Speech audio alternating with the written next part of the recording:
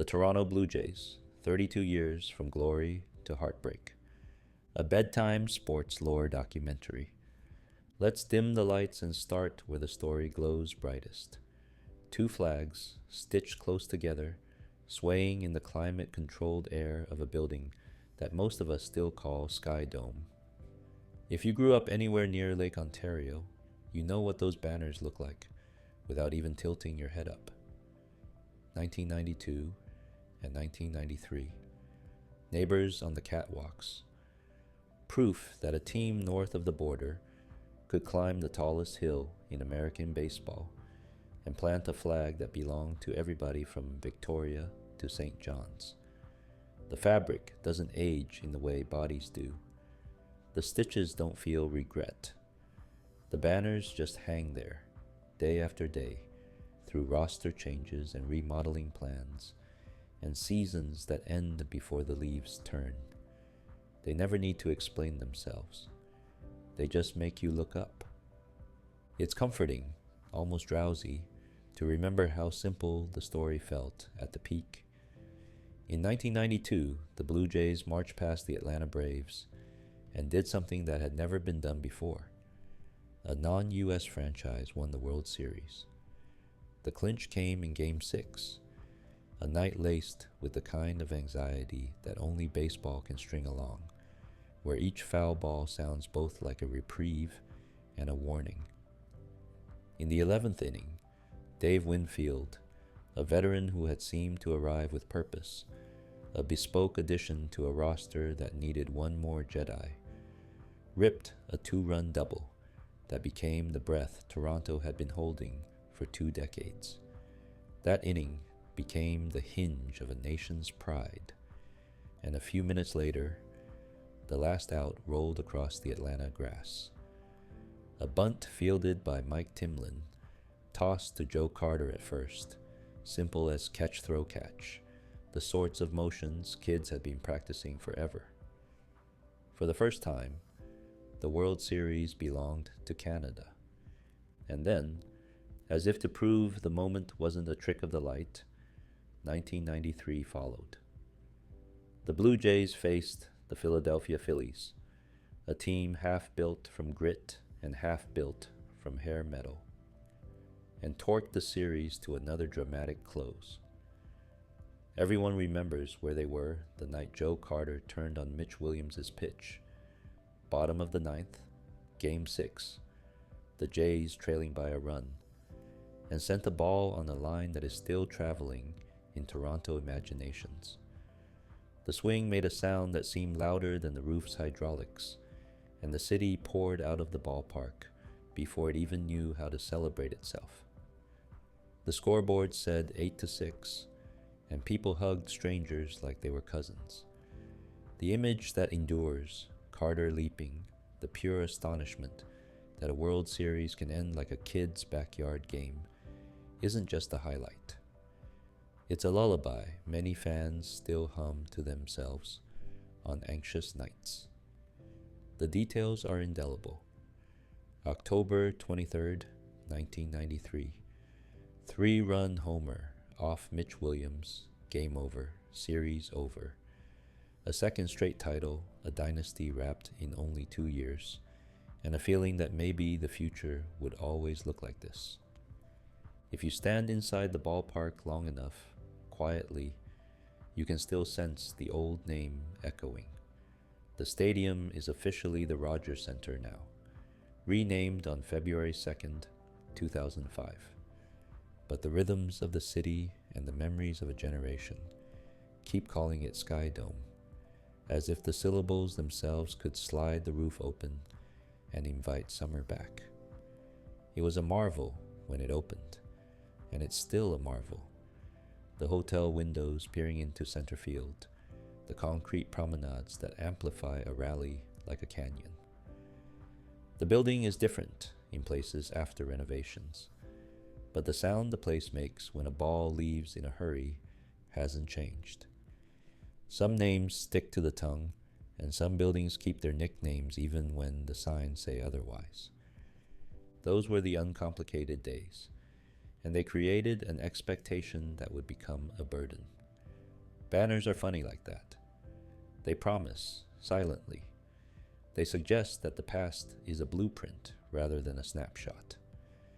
Every franchise that wins young banners dreams of the copy and paste future, a script that repeats itself for as long as the core can age gracefully.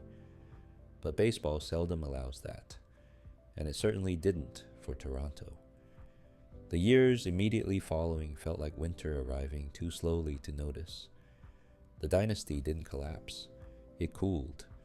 The roster didn't crumble, it turned over piece by piece, until the texture of Blue Jays baseball changed from championship certainty to season-long puzzles. Injuries to solve, prospects to project, rival lineups to be measured against at impossible angles. For fans, the nightly routine persisted. A game on the radio in the kitchen. Snatches of play-by-play filtering in from rooms where homework was being finished. But the crackle of inevitability, those back-to-back falls, the city had to learn to live without that. Still, the banners refused to let anyone forget. U.S. TV broadcasts would roll the Carter clip whenever Toronto visited. National writers called the Jays the team that first took the World Series beyond American borders. October retrospectives remembered Winfield's double and Timlin's flip to first as moments of Americana, imported to Canada and then exported back as legend. The Baseball Hall of Fame's own write-ups preserved the details. 6 games against Atlanta in '92 with that 11th inning exhale. The sequel over '93, Philadelphia, quick and emphatic in its final swing. There was clarity in the record that comforted a fan base whenever a present-day bullpen coughed up a lead in June. Canon never changes. It's the rest of life that refuses to sit still. We will talk about the years that followed. Oh, we'll walk them mile by mile in the sections to come. But in this opening chapter, let's linger in the glow of that 2-year sunrise and be honest about how much light it cast. Those victories didn't just crown a team, they crowned a country's baseball imagination. When kids in Halifax or Regina unfolded a foam finger in the mid-90s, it wasn't only because the local 9 had won. It was because the Jays had made the game feel portable, truly national. And the park itself, roof open on a mild night, the CN Tower keeping watch, became a kind of civic living room. A government building has rules, a cathedral has silence. Sky Dome had noise, blue seats, and the smell of popcorn in the 5th deck. Of course, the same scale of memory that makes you float can weigh you down. Every new core inherits the job of reconciling with the old magic. Each roster that warmed up in right field in the 2000s and 2010s did it within range of those banners.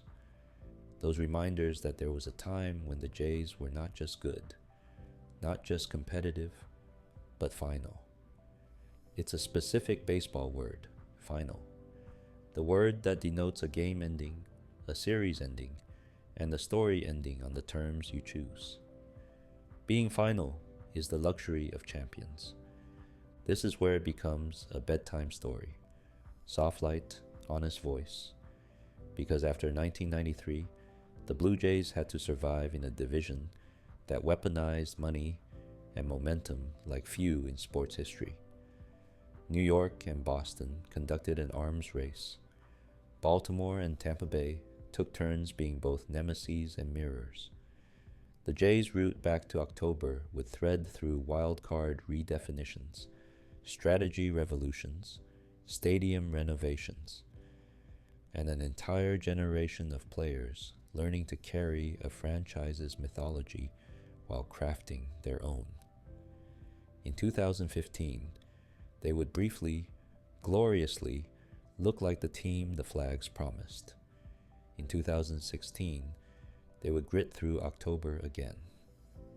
We'll get there, but the long story needs a gentle on-ramp And that's what these early minutes are for, framing the patience required to understand what it means to chase a third banner in a league that doesn't honor momentum so much as it enforces entropy. And then, because baseball does not miss its chance to be poetic, the journey came all the way back around to the edge of a title in 2025. You already know the headline by now. The Blue Jays made it to a Game 7, the sort of coin flip that carries entire decades of longing inside it. And they lost to a Dodgers team that had stocked stardom like canned goods for winter. There is ache in saying that out loud, but there is also pride, the kind of pride that can coexist with a sleepless night after the final out. That postseason run became a national broadcast of the heart, across time zones, across languages, across the divide between people who keep scorebooks and people who only tune in for October. You could feel it in the way conversations started at bus stops, in the way shop windows leaned into blue, in the way every pitch felt tethered to memory. The Dodgers closed the door in extra innings of Game 7. A dynasty of their own was being forged, and Toronto had to stand with the grace of a challenger who made them earn it. Even so, the Jays' run awakened something familiar, the sense that baseball, when shared, is a civic inheritance. That's what 2025 returned to the country, even in defeat. If you step back from the scoreboard and look at the arc, the math is tidy in its symbolism. 32 years between Carter's leap and that last hard night in 2025. 32 summers measured in innings and in the lives that unfolded between first pitch and final handshake. Kids who became adults, adults who became parents, elders who passed down the lexicon of the game like a family recipe. And all along, those banners hovered, asking not for worship, but for context. They were the North Star for broadcasters piloting the narrative, the backdrop for photos of debuting prospects still learning where to stand during the anthem, the answer to skeptical out-of-towners who wondered if Toronto had ever truly been baseball's capital. The banners answered yes, twice, consecutively, in 6-game series that stamped the city into baseball's atlas forever.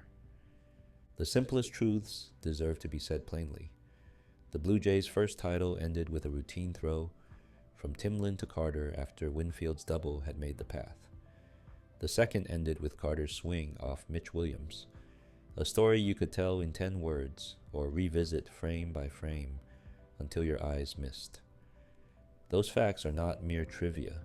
They are touchstones that let a fan base return to itself whenever the standings get noisy. They have the reliable cadence of a bedtime chorus. When you're anxious about the bullpen's leverage numbers or the starters' innings, year over year, say them quietly and see if your heart rate doesn't slow. 1992, Game 6, 11th inning, Winfield 2-run double, Timlin to Carter. 1993, Game 6, bottom 9, Carter off Williams. The past lends its rhythm so the present can find balance. And yes, the building has changed names. And yes, it has changed its bones. Renovations that tried to coax more ballpark out of the multi-purpose concrete, new video boards, new patios, the modern ball experience that turns standing room into community. But if you think about what the place does when it's full, when contiguous rows of fans are standing before the ball lands, you realize that the soul of Sky Dome / Rogers Center didn't need to be rebuilt. It just needed to be reminded. And 2025, however it ended, did the reminding. It sounded, for long stretches of October, like 1992 and 1993 were waking up again to check on the city that loved them. In the next sections, we'll rewind to the precise moments the dynasty's warmth gave way to winters of recalibration. The strike-frayed mid-90s, the Halladay era that taught the city how to love excellence, even when October stayed locked. The deadline thunder of 2015 that shook dust from the rafters. The stubborn resilience of 2016, and the careful building that followed. We'll name names, dates, pitches, and scores, because the only way to honor a city's sports memory is to handle the facts with care. But before we leave this quiet first chapter, let's make one more lap around the room and look up. Two banners, they do not age. They remind us that it has been done here. They also remind us that trying, earnestly, repeatedly, despite the gauntlet of a division and the randomness of October, is a form of civic love. That love isn't fragile. It's built to withstand late nights and long seasons. It holds steady even when a Game 7 swings the wrong way, because the act of getting there puts a third banner within the mind's eye. That's the promise, and that's the ache. When you close your eyes tonight, you can conjure Winfield's drive skipping to the corner in Atlanta. You can watch Timlin's underhand toss reach Carter's glove, and you can hear Tom Cheek's unbreakable voice call Carter's homer in 1993. And then you can see, in the near present, a group of Blue Jays walking off the field in 2025 with their heads up, proof that banners are not fossils. They are invitations. The banner still hangs. The lights go down. Soon will begin the long walk through the years that made 2025 both possible and heartbreaking. For now, rest with the comfort that the story is large enough to hold joy and sorrow, winning and almost, Carter's leap and the long wait after. The Blue Jays have been here before, and they will be here again. That is what the cloth overhead says without words. And that is where our story begins. Winter arrived slowly, 1994 to 2000, reset years. We left the lights low under two banners, and if you sit still long enough, you can feel the temperature drop. Not a sudden blizzard, but the slow arrival of winter. After 1993, the Toronto Blue Jays didn't fall off a cliff. They drifted, like a team walking home in new snow, leaving tracks you can read if you know what to look for. The mid to late 1990s are the chapters when the city taught itself a different kind of patience, when the Jays learned how to grow up again without the steady glow of October. It wasn't glamorous, it was necessary. The first sign of cold wasn't even Toronto's fault. In 1994, Major League Baseball stopped. The players' strike wiped away the end of summer, the playoffs, the World Series, vanished like fog at noon. For the defending champs, there would be no chance to write a third act. The Jays were a sub-500 team when the schedule froze. Their record stuck in the refrigerator with everyone else's. It felt less like a season ending than a story being interrupted mid-sentence. The city had grown used to autumn meaning something. Suddenly, October was an empty room. We don't always think about how much momentum matters in a sport so obsessed with numbers. But this was the first lesson of the post-banner years. Rhythm is precious, and when it breaks, even the best dancers look offbeat. When baseball resumed in 1995, the world had shifted. The old core wasn't the old core anymore. Roberto Alomar, whose hands turned double plays into sleight of hand, would soon be elsewhere. Paul Molitor's poetry at the plate would sing for another team. You still saw familiar names, of course. Joe Carter and Devin White, Pat Henkin coming into his authority, But the composition of Blue Jays baseball was changing from the title days' fine china into the mismatched mugs of a kitchen that's still hosting every night anyway. The records told the obvious truth. The 1995 team struggled. You can blame injuries, age, the psychic hangover after a strike, the AL East becoming a treadmill tilted at a steeper angle. Mostly, you accept that dynasties don't dematerialize.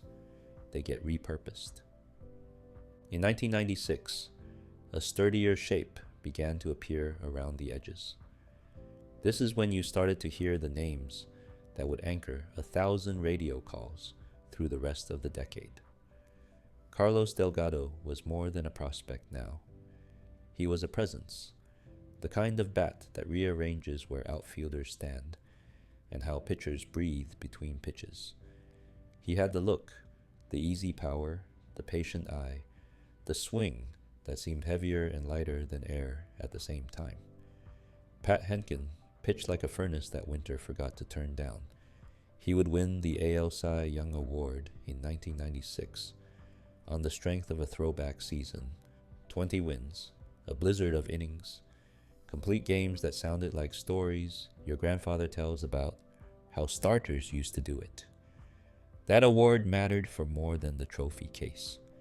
It told the city that excellence still lived here, even if October didn't. The following year added a different kind of fire.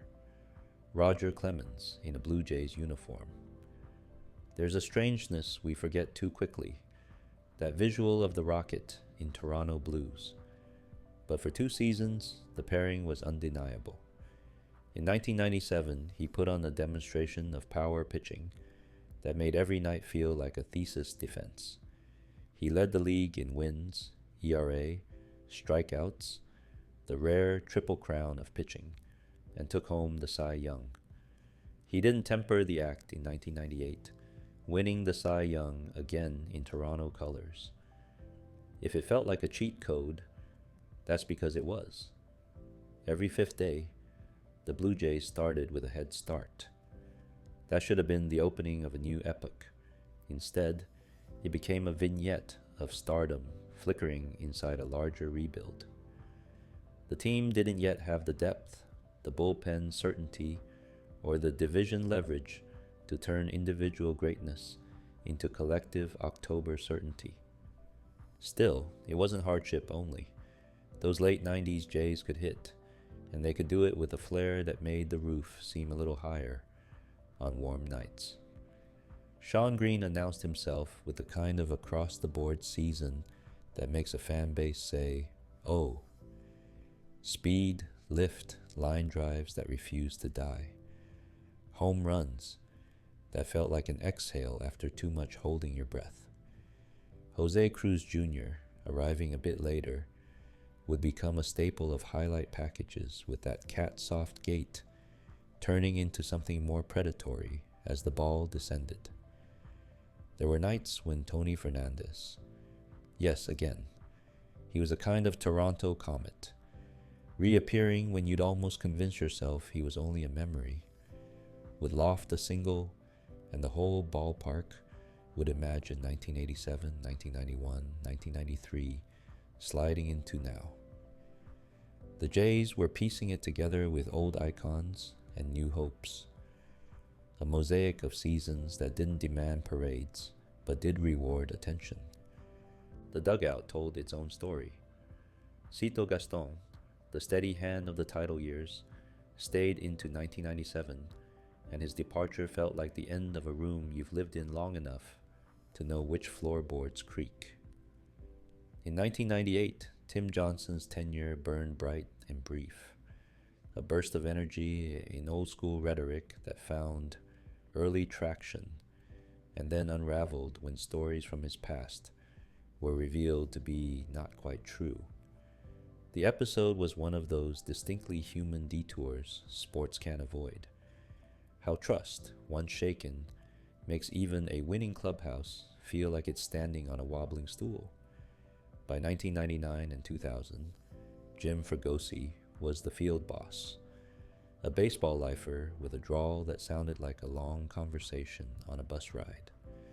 Through it all, Gord Ash's front office tried to keep pace with a league that was professionalizing its scouting and analytics.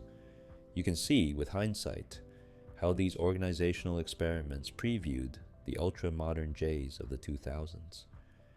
But at the time, it felt like patching sails while the wind kept shifting. If 1998 is the year that most tempts you to lie awake and make math out of what-ifs, that's because 1998 flirted with being something else. The club won in big bunches. They matched power with power. Remember, this was the height of the long ball era, and chased the Yankees and Red Sox like a pair of rabbits that always seemed to find one more turn. The Yankees were historic that year. The wild card belonged to Boston. The Blue Jays finished with a record that would earn October in softer divisions. The lesson was cruel but instructive. The AL East hierarchy could make very good teams feel ordinary. Toronto wasn't just trying to be better, they were trying to be extraordinary. Individual arcs kept the nightly tune sweet. Delgado's ascent was steady and melodic. By 1999, he was lashing doubles to both gaps and depositing mistakes into the second deck, with an expression that read more like patience than fury. Shannon Stewart wore out the right field line and ran like he had a bus to catch. Homer Bush brought an elastic athleticism that made routine plays look like dance steps. Tony Batista's stance, open like he was greeting someone down the third base line, was one of those delightful baseball oddities you need in a long season. And out in right field, Shawn Green looked like the future until the future, cruelly, asked for a contract the Jays wouldn't meet, and a trade sent him west. Even departures have a kind of usefulness in sports storytelling. They teach a fan base how to say thank you and we'll miss you without letting the gratitude curdle into resentment. Pitching, so often the hinge of any season, reflected the era's extremes. Hentgen's 1996 was a kind of fireside tale you tell young pitchers, heavy with innings, austere in its efficiency. Juan Guzman would flash the kind of movement that makes hitters curse softly to themselves. Chris Carpenter debuted as a tall silhouette with promise that would bloom later elsewhere, but you could already hear the optimism in the way his name was said by those who watch mechanics, the way architects watch beams being set. Kelvin Escobar's fastball arrived with a whoosh that made catchers brace. The bullpen, like many in the 1990s, was a carousel. Sometimes lights and music, sometimes motion that made you dizzy. The Rockets' second Cy season, 1998, climaxed not with a division sealed, but with an off-season decision that still feels like a footnote, written with a thick pen. Clemens asked out, and the winter trade sent him to the Yankees for the lovable and larger-than-life David Wells, southpaw Graham Lloyd, and energetic infielder Homer Bush. Toronto moved from one kind of gravity to another, from a singular ace to a package of pieces you could plug straight into the locker room dynamic. Wells was, in many ways, a perfect Toronto character. Big feelings, big games, a kind of everyman swagger that felt right in a ballpark that's both futuristic and stubbornly local. Bush became instant joy, the kind of player whose first to third sprints changed the temperature of a game. It wasn't only about replacing production, it was about adjusting the shape of the team's heartbeat. By 1999, the Jays wore their changes well enough to keep the summer interesting. You could track the season by Delgado's RBIs piling like nickels in a jar, by Stewart scuffing his way aboard, by Cruz Jr. selling the illusion of a routine flyout, before arriving under the ball with that graceful last-second glide.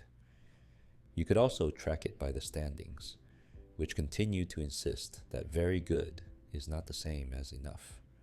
The Yankees didn't just beat teams, they erased them from the context of a pennant race. The Red Sox, teams with resources and rhythms that matched the moment, occupied the air the Jays needed to breathe. Third place can be noble and numbing at the same time. Which brings us to 2000, the year that shows up in any conversation about post-dynasty joy, like a postcard from an underrated vacation.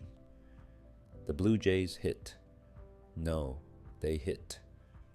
Lineups are living things, and this one pulsed. Delgado entered a new stratosphere of thump and discipline. His batting line was a piece of modern art.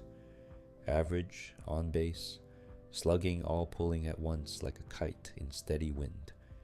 He drove in what felt like the population of a small town and sprayed doubles to prove he wasn't satisfied with fence or nothing. Behind and around him, the supporting cast did more than support. Cruz Jr. hurt baseballs in a way that forced shadows to move. Stewart remained allergic to easy outs. Darren Fletcher gave you professional at-bats from a catcher's frame that looked built for durability and good advice. Alex Gonzalez at shortstop had that infield cat short hop habit that made grounders look less like chores and more like choreography. Batista could park a mistake on the flight deck and look over his shoulder as if making sure you saw what he saw. The Jays of 2000 didn't quake at the ball traveling. They embraced it. The era was home run happy, yes, but not every team turned that reality into something entertaining. Toronto made power look communal. Not one big bat, but a lineup of choices that bullied pitchers into the zone where their best didn't matter.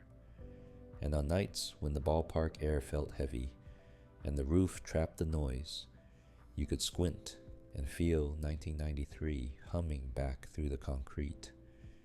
It was not a championship year. It was a happy year, and there's a difference worth honoring. In long winters, you take the days of sun seriously.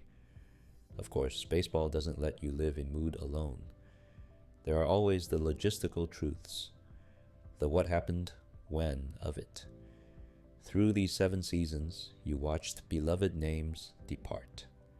Alomar to new colors, Molitor's veteran grace making a last loop elsewhere, Joe Carter's final Toronto summer, arriving in 1997 before his career made a brief, nomadic farewell. You watched prospects arrive with the eagerness of new neighbors, Delgado graduating from promise to pillar, Green becoming proof of concept for international scouting acumen, Carpenter learning his lessons the hard way, Cruz Jr. surprising pitchers who didn't yet know his catalog of swings. You kept a mental scrapbook. The first time you realized a Hentgen start meant pace and ground outs. The first time you felt the stadium leaning forward together as Clemens toyed with a 2-strike count.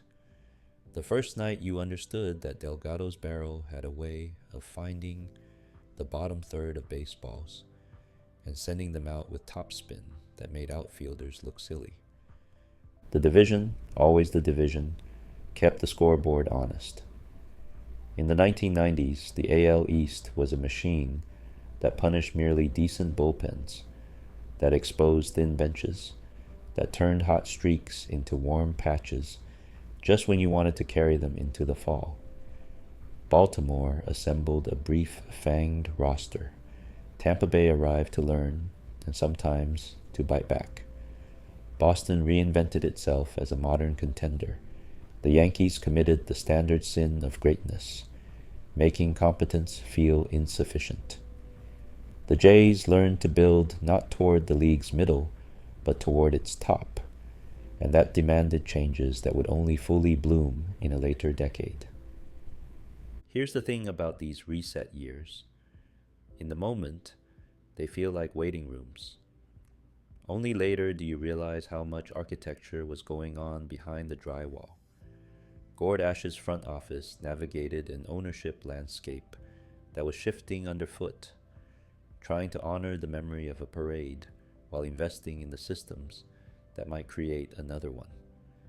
The scouting department toggled between old eyes and new numbers. Player development experimented with more modular thinking about roles. Starters who could shorten games, relievers who might not look like closers until the standings needed them to be. Even the ballpark identity flexed.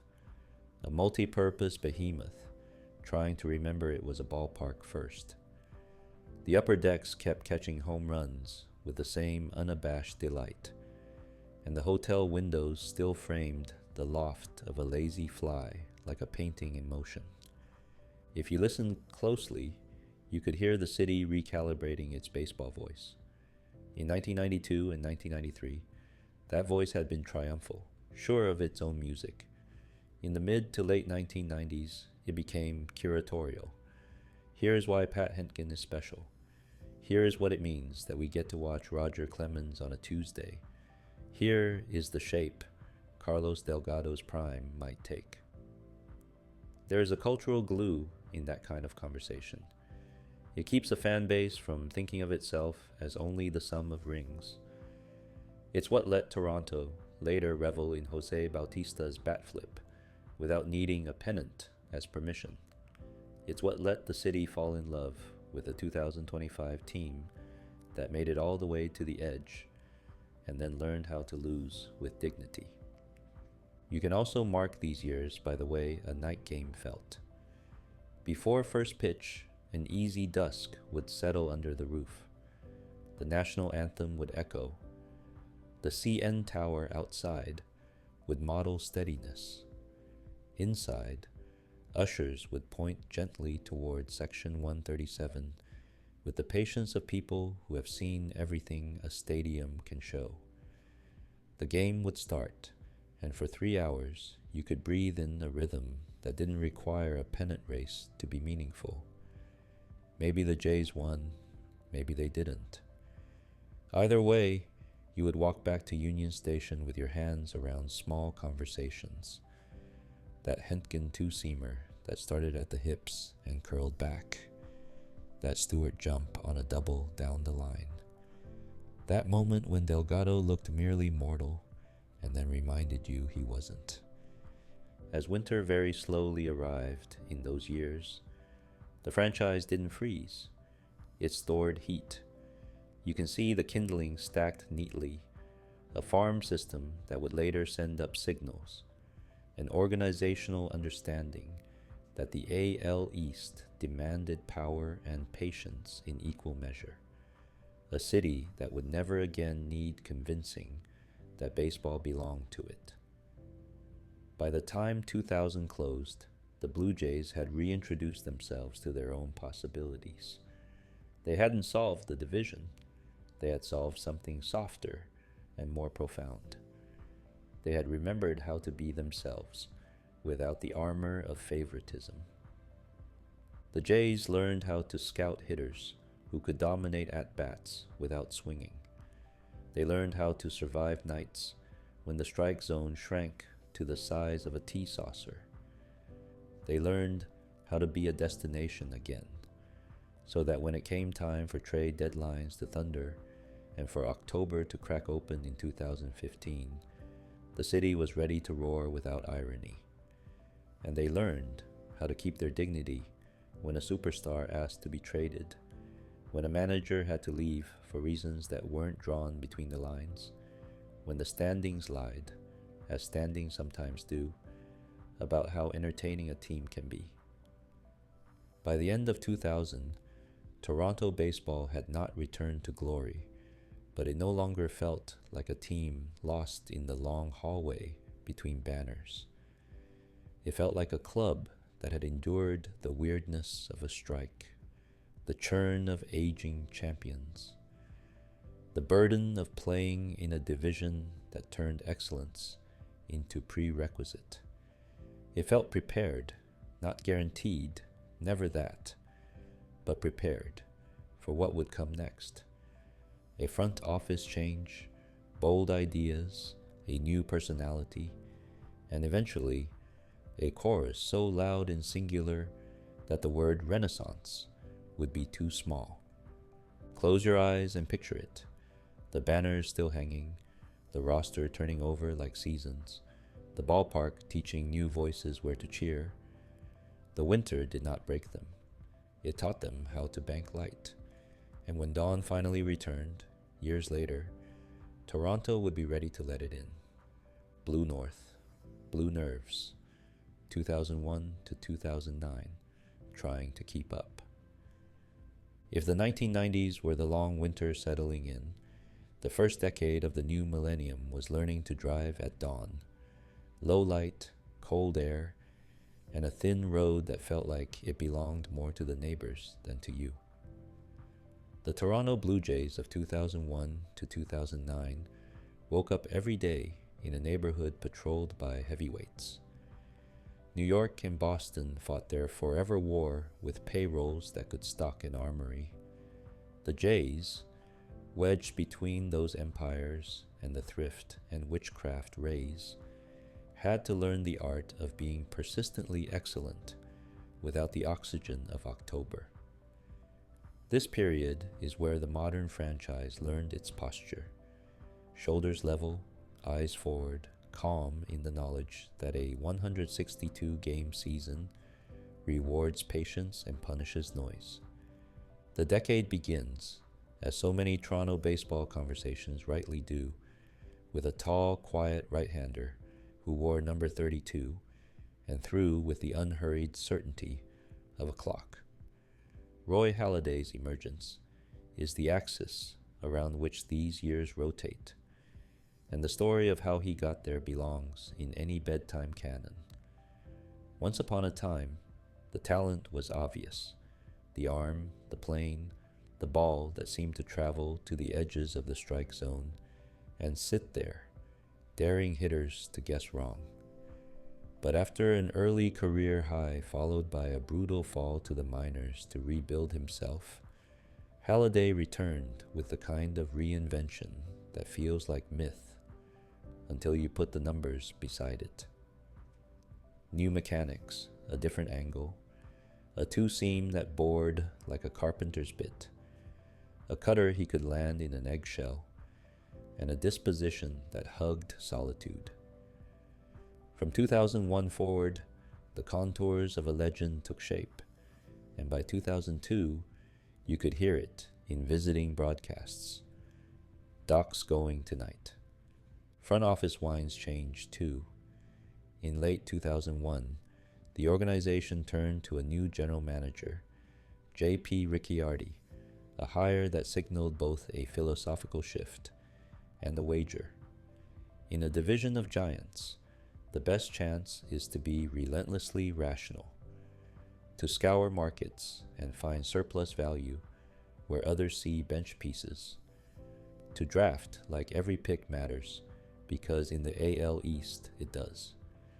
The roster's shape began to angle toward on-base percentage and clean defense, toward strike throwers who wouldn't beat themselves, toward bats that controlled the zone. It wasn't a Moneyball cosplay. It was a northern translation, hard-nosed and appropriately skeptical. The AL East was less a race than a recurring exam. The Jays were building a curriculum. Amid this remodeling stood a hitter who made batting practice stop feeling like rehearsal. Carlos Delgado's Toronto prime was not subtle. It was an orchestra. In 2000, you'd seen the preview, power braided with patience. But 2003 was the opera. He slugged with a metronome steadiness, sent doubles into the alleys like postcards, and led the majors in runs batted in while finishing a strong second for MVP. If Halladay made Tuesday nights feel orderly from the mound, Delgado made them feel inevitable from the box. Pitchers would try edges. He'd let sliders that started too low die in the dirt, and then he'd find a mistake and cancel it. He was never brash. He was thunder with good manners. Around these pillars, Toronto's identity coalesced. A fielding core that could carry its water, and then some. A set of role players who found career years because the context was clean, and a clubhouse that presented like it had read the manual. Shannon Stewart moved on, and Reed Johnson brought a grindstone's edge to left field. Vernon Wells grew into the center field captaincy with a smooth first step and the kind of arm that turned third base coaches philosophical. Orlando Hudson wore second base like a jazz riff, all rhythm and flair. Aaron Hill would later inherit that keystone with a stoic power that aged beautifully. In my right, a prospect named Alex Rios arrived out of the farm system with a long, loping stride and a swing that looked like good handwriting, easy to love at a glance. The dugout seat rotated as the decade tested ideas. Buck Martinez, a familiar and beloved voice of the franchise, began 2001 in the manager's chair, the sort of appointment that made the team feel conversational. Carlos Tosca stepped in during 2002 and helmed until the summer of 2004. Steady, understated, a teacher's temperament in a division that liked to assign pop quizzes. Then came John Gibbons, first as an interim and then as a presence. A manager whose Texas plain-spoken warmth oddly fit a team from Lake Ontario. Gibbons's first tenure would last into 2008, mixing pragmatism with the kind of loyalty that players feel when they step into the batter's box down a run. And then, in a kind of narrative flourish, only baseball would dare, Cito Gaston returned in 2008 like a familiar song restarted on a new stereo. Smooth, calming, and immediately a different kind of gravity. The circle didn't complete exactly, but it did tighten. If you pick up this decade and hold it to the light, 2003 and 2006 catch the eye first. In 2003, Doc and Delgado functioned like a double helix. Halladay's work on the Hill, a season chiseled with complete games, a workload from another era, and a trophy named after Cy, gave the lineup the space to breathe, and Delgado kept filling that space with run-scoring certainties. The Jays won plenty. They learned that in the AL East, plenty is sometimes another word for third place. It's not a moral failure, it's context. Then 2006 whispered a different promise. Maybe the ceiling is higher than we think. The Jays shook off the last cobwebs of middling and ran to 87 wins, finishing second in the division for the first time since the dynasty. That club had new faces with pronounced resonance. B.J. Ryan arrived at the back of the bullpen with a door-slamming left arm that briefly made the ninth inning a recitation instead of a conversation. A.J. Burnett added sizzle to the rotation's middle innings. Troy Glaus parked baseballs on the 500 level and took a seat like someone who'd just returned furniture to its rightful place. Lyle Overbay put barrel to ball and turned first base into a workstation where doubles were filed neatly. Ted Lilly, a lefty whose breaking ball looked like it had a secret, spun quality starts with a mathematician's calm. And somewhere inside it all, Halladay kept being himself, a masterclass in tempo, attack, and the quiet art of doing the same lovely thing over and over. The disappointment of 2007 and the intrigue of 2008 sit together like two pages stuck after a spill. In 2007, hopes were high and the standings were unpersuaded. Injuries pulled threads. B.J. Ryan's elbow went, the outfield carousel turned, and the margins that had been tidy in 2006 got scuffed. Frank Thomas came to town and briefly reminded everyone what a professional middle-of-the-order at-bat looks like. Deep counts, loud contact, the silhouette of a Hall of Famer filtering through the Rogers Center's light. Yet the results never quite matched the premise. The club still finished above 500, and in most divisions that earns you late September math. In the AL East, it gets you see you in March.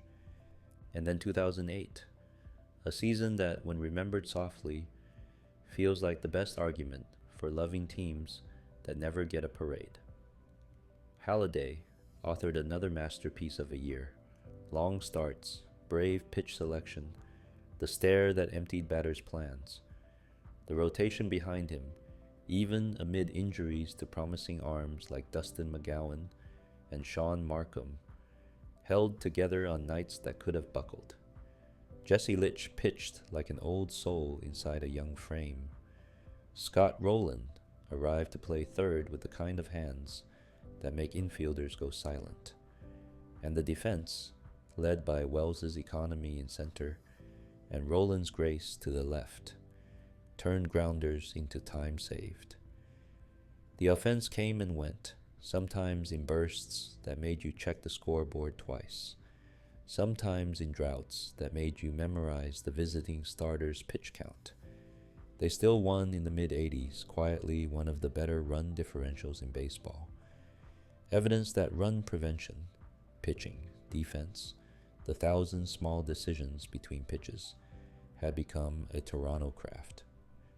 All the while, and this is the emotional spine of the decade, Halladay took the ball every fifth day like someone entrusted with an heirloom. He pitched into the eighth because the bullpen needed rest tomorrow. He pitched to contact when the count insisted. He put the two-seam on the back foot of lefties and let the cutter find the back door on righties. He fielded his position like a friend of order. There was ceremony to it. The cap pulled low, the walk to the mound that felt like a carpenter headed toward a workbench. The first inning fastball that established the frame of the strike zone like blue painter's tape. He won the American League's top pitching honor in 2003, and for the rest of the decade, he spent most summers in the Cy Young conversation because he refused to leave it. Jays fans who kept score could count on the rhythm. Ground out, soft fly, repeat.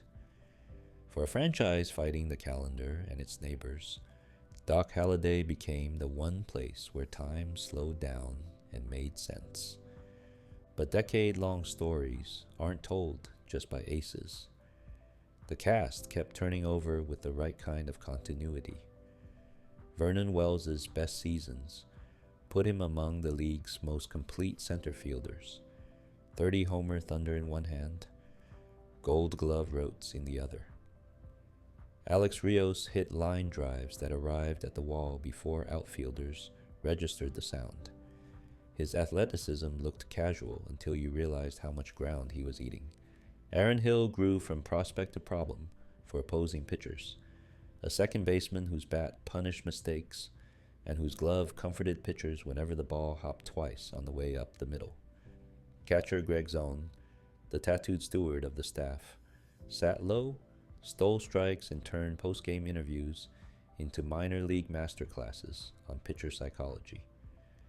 Casey Jansen learned the bullpen's dialect and later became fluent in leverage. Markham mixed speeds like a bartender who knows what everyone ordered last time. Brandon League arrived with a sinker that broke bats in a way that felt personal. Even the experiments taught something. The B.J. Ryan era flashed domination and fragility, a reminder that relief aces arrive like comets and can disappear the same way. A.J. Burnett's Toronto timeline arced from magnetism to durability questions to a 2008 in which he shouldered a load of innings and strikeouts that earned him his next contract elsewhere. Scott Rowland felt like a professional's professional, even if the ball never carried in Toronto the way it did in St. Louis. Troy Glaus's power was true while it lasted, and his presence at third made pitchers breathe easier. Lyle Overbay's doubles were habits, not accidents. Marco Scutaro turned utility into a synonym for indispensable, and his 2009 season in particular stitched together more innings than you can count, with simple competence. In the pen's late nights, Jeremy Accardo rescued the ninth. Then Jason Frazier learned it. Then someone else would take a turn. A long season demands musical chairs. The Jays kept the music tasteful. By 2009, the decade's narrative had a bittersweet penultimate chapter. The team's record slipped as the injuries piled and the division flexed, yet two bats delivered peak joy that cut through the noise. Aaron Hill returned from a frightening 2008 concussion to launch baseballs into the WestJet flight deck and beyond, finishing with a home run total that sounded like fiction for a second baseman. Adam Lind, all whip and leverage in his swing, broke out with a middle-of-the-order season that cemented the idea that the next Jays contender would feature his bat in a prominent paragraph. Together they offered a promise. Whatever came next, it wouldn't come empty-handed. And about what came next. 2009 also contained the most adult baseball conversation a franchise can have, the Halladay crossroads. Doc, still exquisite, still first chair violin on every fifth day, stood at the intersection of loyalty and logic. The Jays, confronting the reality of roster cycles and windows, listened when contenders called. Trade rumors aren't bedtime fare, but they are history. And by the end of the year, the path out of Toronto was marked. It wasn't betrayal. It was the end of a covenant. We will give you our best. You have given us yours. The eventual move would come that winter, with a return of prospects and a city saying thank you, with the quiet sincerity that often carries more weight than noise. The statue that would one day arrive outside the ballpark wouldn't commemorate a ring. It would honor an ethic. Zoom out from transactions and box scores, and you can feel what the decade taught the Rogers Center itself. The building learned how to host a contender's seriousness without the easy heat of a front-running crowd. Weeknights against lesser opponents still drew a steady hum. Weekend sets versus the Yankees and Red Sox became social events, yes, but also measurements of the team's pulse, of the city's appetite. The roof's mechanics aged elegantly. On nights it opened. The CN tower watched like a lighthouse, while the ball left the bat, and the sound rose into the kind of sonic space that makes even singles feel like omens. And in 2005, when the name changed from Sky Dome to Rogers Center, fans kept calling it both, a democratic compromise that matched the decade's theme. Old memory, new structure. What about the games? The granular stuff you hold like stones in your pocket. There are fewer walk-off fairy tales in this 9-year chapter, because the story isn't about destiny, it's about definition. It's the way a Halladay start compressed time.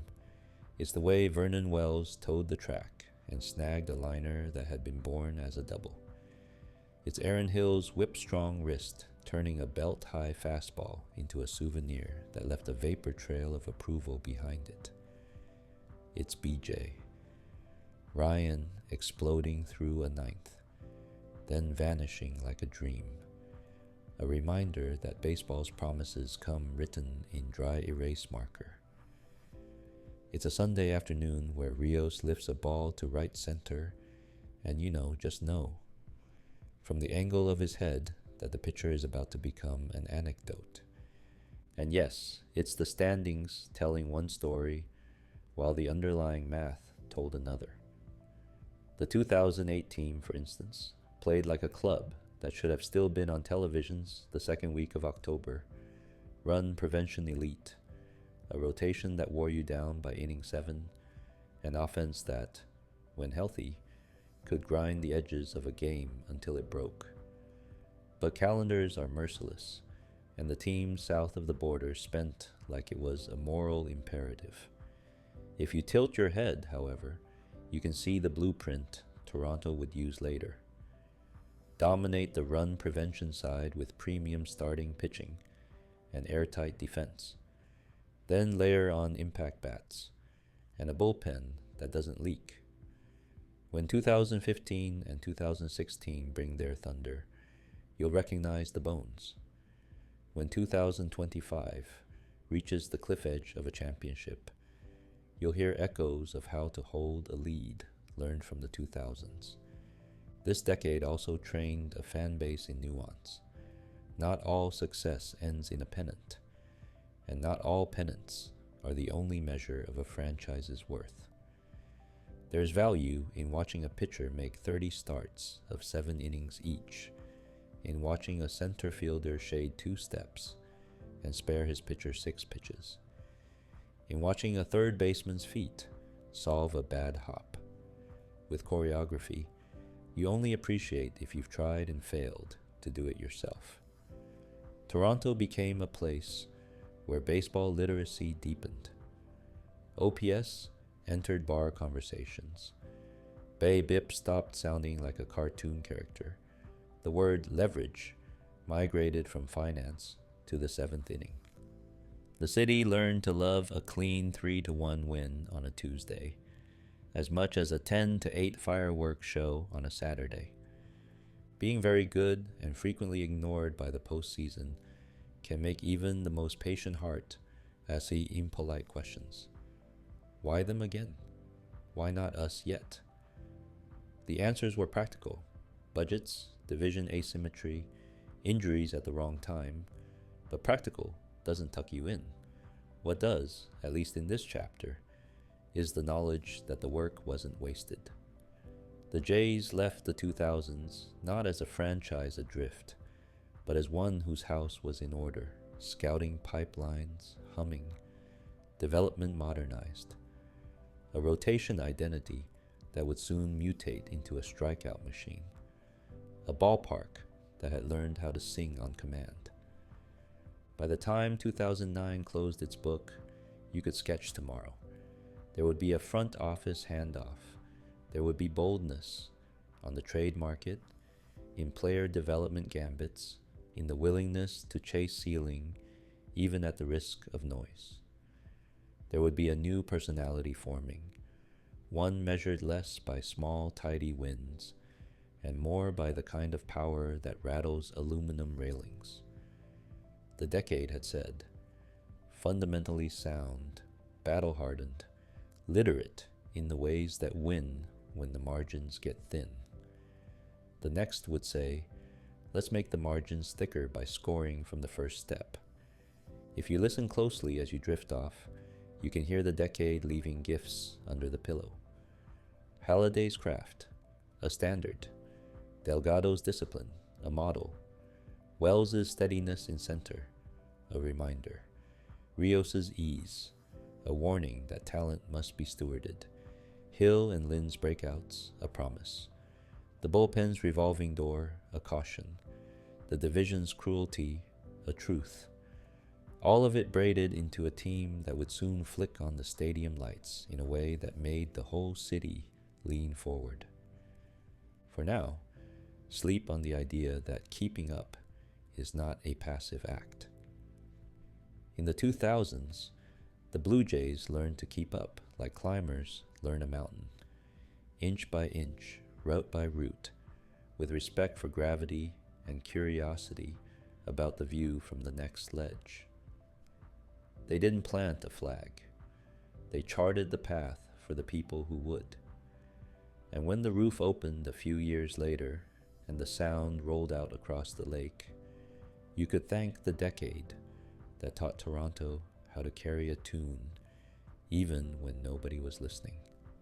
Thump and Thunder, 2010 to 2014, building a new personality. The story turns warmer now, like a city waking up and realizing it still remembers how to make noise.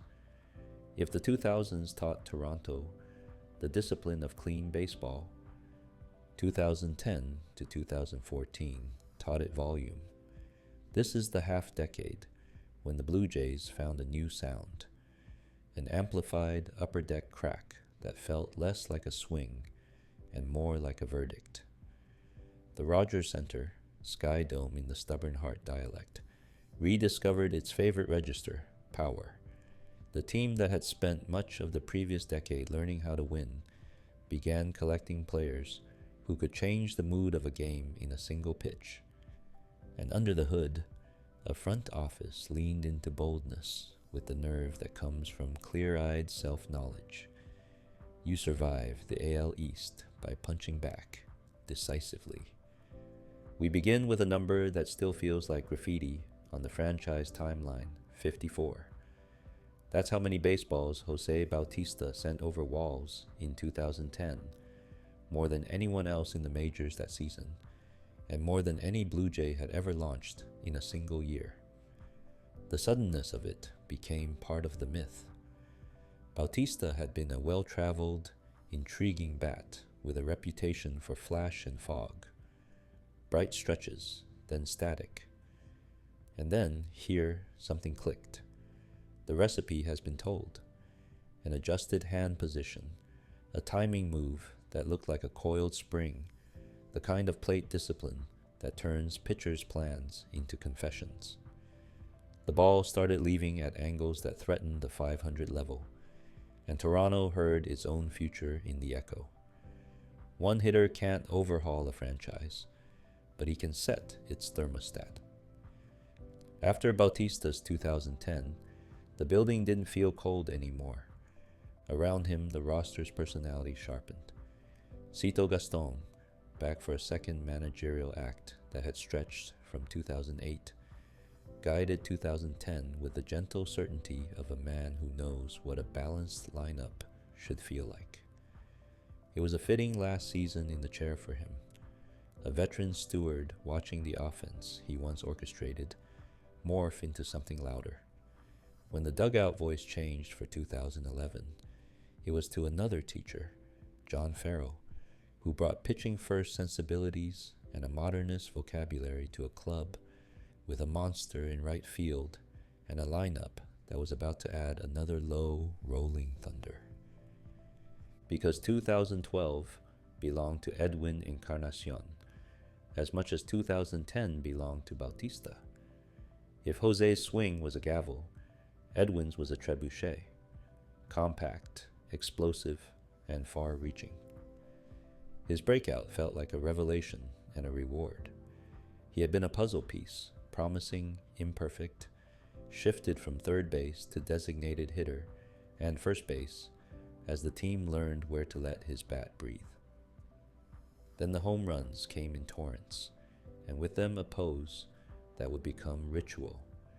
The parrot ride, forearm extended as he circled, a gentle bit of theater that made children in the 500 level copy the gesture in silhouette.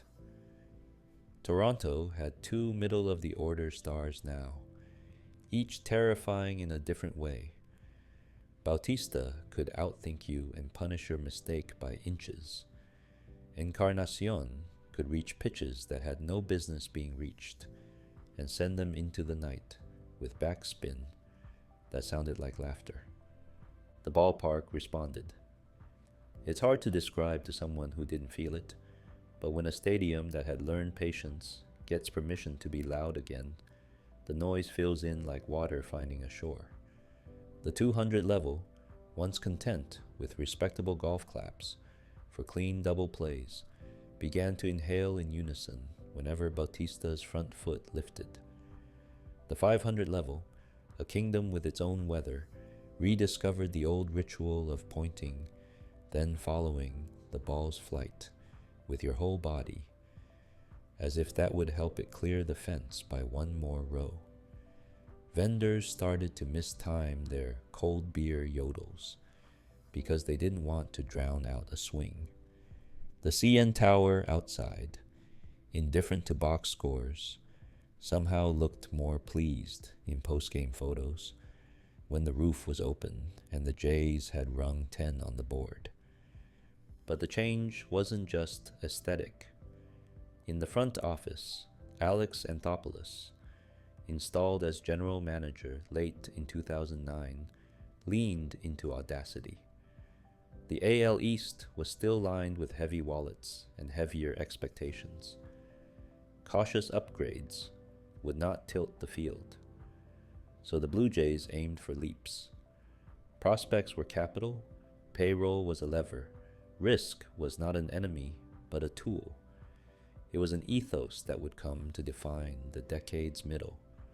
Push boldly, knowing that in baseball nothing is guaranteed except regret if you never try. The earliest sign of the new posture was 1,000 small decisions that added up to confidence. Buy low arms, bet on upside in the draft, find controllers of the strike zone on both sides of the ball. The louder sign arrived after 2012, in an off-season that still reads like a fever dream on the transactions page. Toronto and Miami completed a sprawling deal that reconfigured 2 rosters and 1 division's expectations in a night. The Blue Jays imported proven veterans, an all-star shortstop with game-changing speed and flair, a left-handed innings machine who collected 200 frames as if they were utility bills, a big-name righty whose best days had put him on magazine covers, and a couple of useful role players. The price was youth, control years, and the comfortable lie that a steady climb is always steadier than a jump. The point wasn't subtle. The Jays were aiming for the top now. Days later, as if to underline the thesis, Toronto acquired the reigning National League Cy Young Award winner, a knuckleball specialist with a novelist's backstory and a pitch that moved like a fish under ice. It was an aesthetic choice as much as a competitive one. Who else but a team ready to try? Everything would put a patient, butterfly-throwing ace at the front of a rotation in the dome. The cost, again, was prospect capital and a catcher who projected like a franchise piece somewhere else. The signal to the city was unambiguous. The Blue Jays planned to lift the division by force of will. On paper, 2013 should have roared from April. On the field, reality reminded everyone that seasons are mosaics, not posters. Injuries arrived like uninvited guests and stayed too long. The rotation, designed to be a dependable metronome, hiccuped and then stuttered. Bullpen roles shuffled. Some players took a half step back precisely when the club needed a leap forward. The standings punished the gaps and spared no sympathy.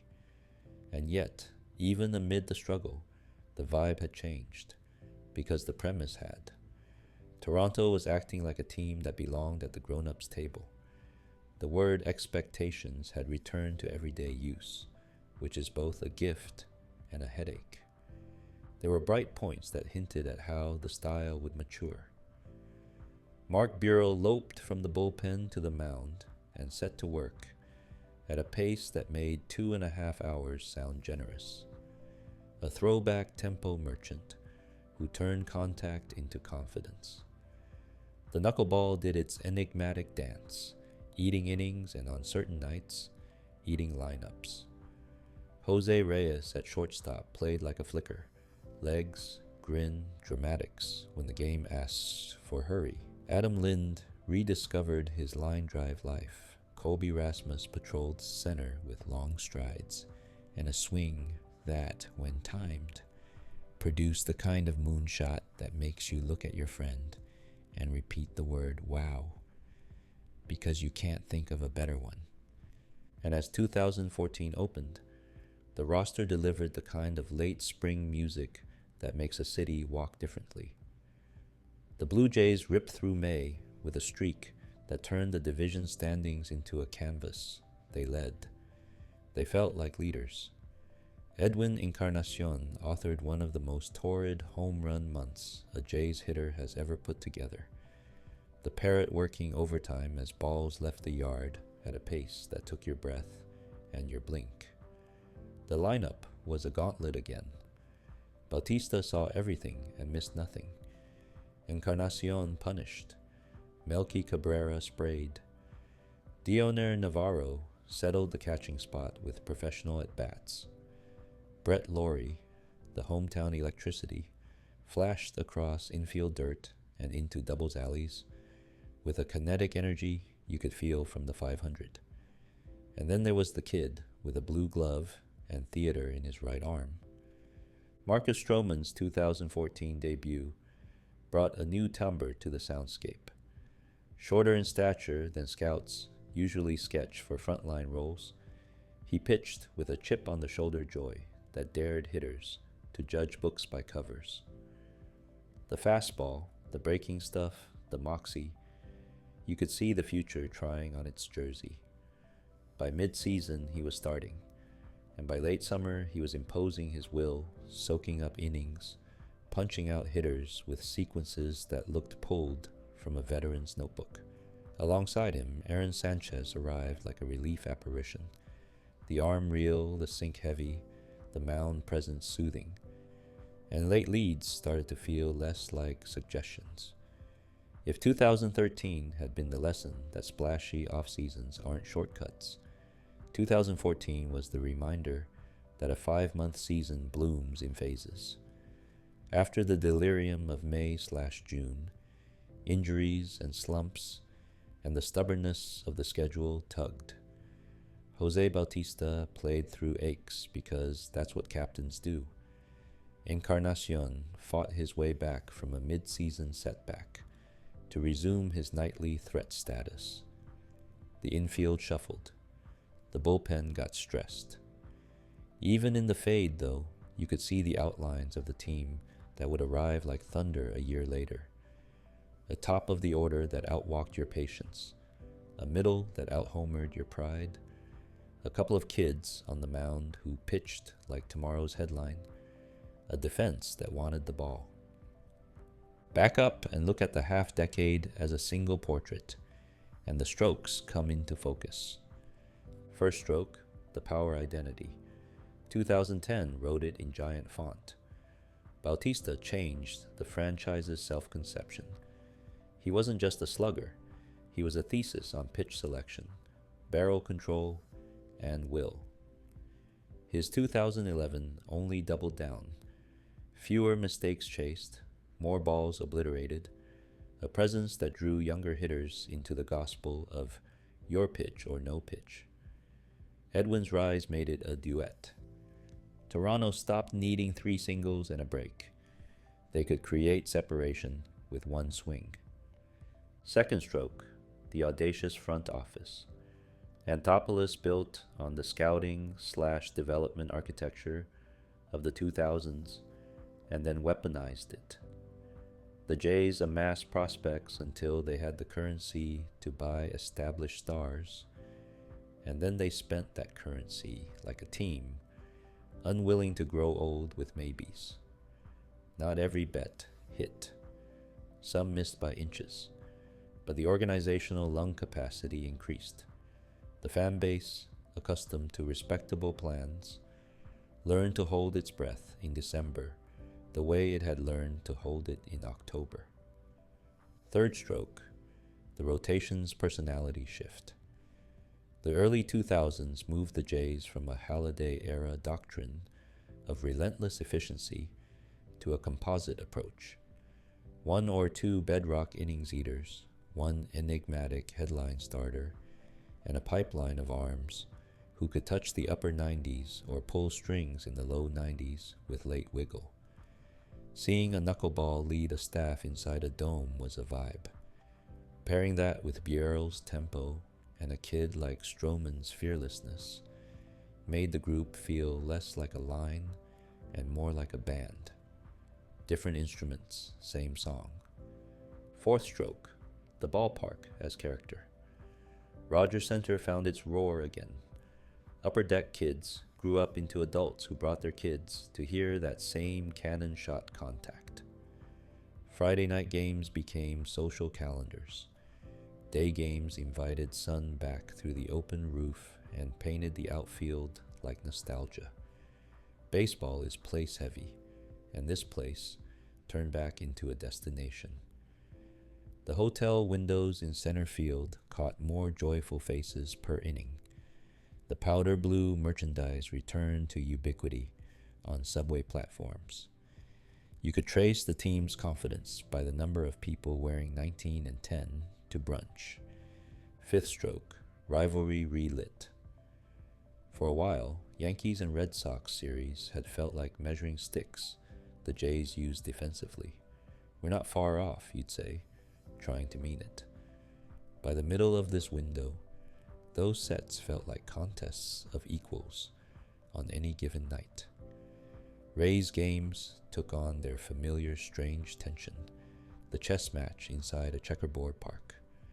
Orioles matchups hummed with a divisional snarl that would soon deliver October electricity. The AL East stopped being a ceiling and started being a to-do list.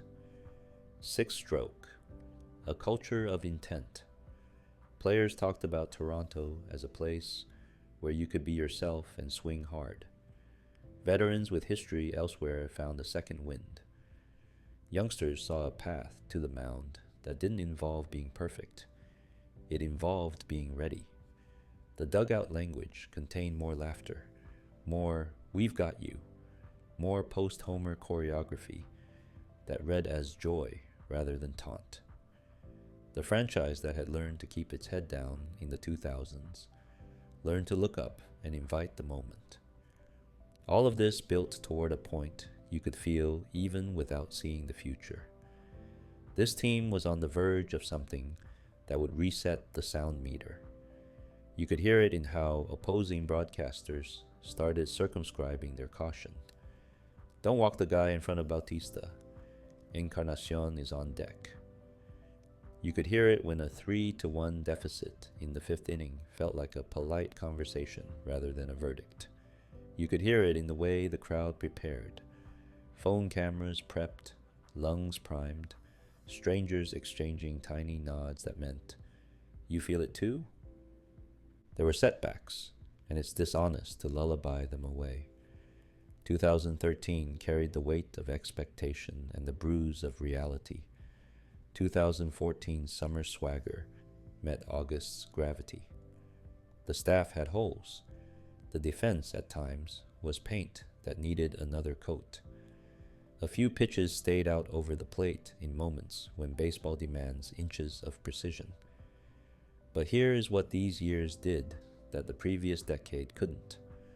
They created the conditions for October to take the risk of happening again. They made the city ready, not resigned, not nostalgic only, but ready in the present tense. Individuals became archetypes in that readiness. Bautista wasn't just a star. He was an avatar for a style, selective aggression, that would soon find other bodies. Encarnacion wasn't just protection. He was the inevitability that makes a batting order feel like a topography rather than a list. Melky Cabrera wasn't just a two-hole bat. He was connective tissue. Laurie wasn't just hustle. He was proof that a crowd wants to see itself on the field, flaws and fury included. Bjorley wasn't just quick outs. He was a cultural correction against baseball bloat. R.A. wasn't just a knuckleballer. He was a reminder that the sport makes room for all kinds of genius. Stroman and Sanchez weren't just call-ups. They were the drum roll. Even the close but not quite seasons carry particular gifts. They teach you how to use a ballpark like an instrument. When to raise the volume to rattle a reliever finding the zone. When to hush for a two-strike pitch your starter needs. When to sustain a chant so it becomes a location rather than a noise. They teach a fan base how to metabolize risk, how to say, yes, trade for the ace with an odd pitch, yes, send top prospects for now, yes, spend on a closer, yes, yes, and then accept the outcome with grace, whether it's a banner or a bruise.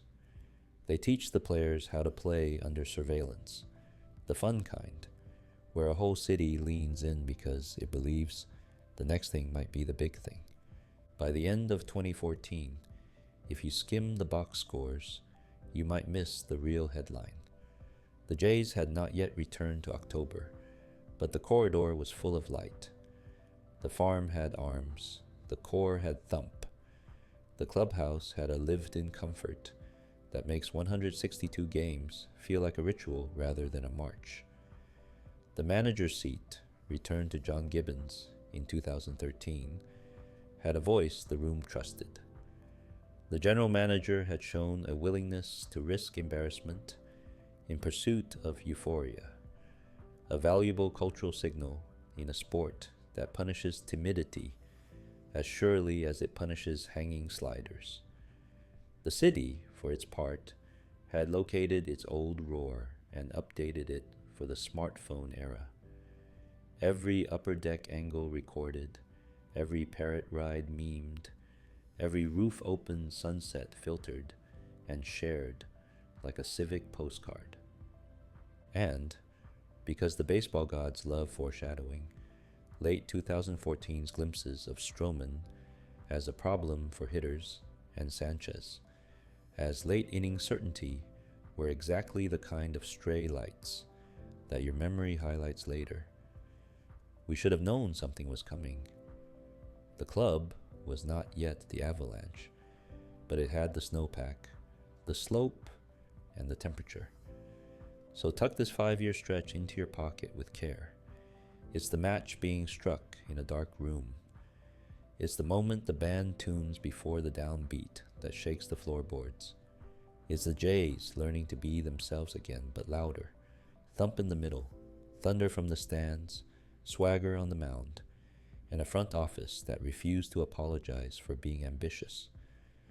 A half-decade is short in franchise time and long in fan time, and these years stretched just enough to make what came next feel both shocking and inevitable. We'll step into 2015 in the next chapter, where deadlines ring like alarms and a single playoff series turns into folklore. But remember the prelude, the bat that changed the sound in 2010, the parrot that ran laps around the bases in 2012, the transactions that announced the posture, the kids with eyes like high beams, the building itself leaning forward so far it had to catch itself on the railings. Thump and thunder Buddha. That's what Toronto learned to be. And the league, soon, was going to have to learn how to live with it. The bat fell like a gavel. 2015. There are seasons that feel like a switch being thrown, like a city's lights blink from dim to brilliant in an instant. Toronto's 2015 was an instant.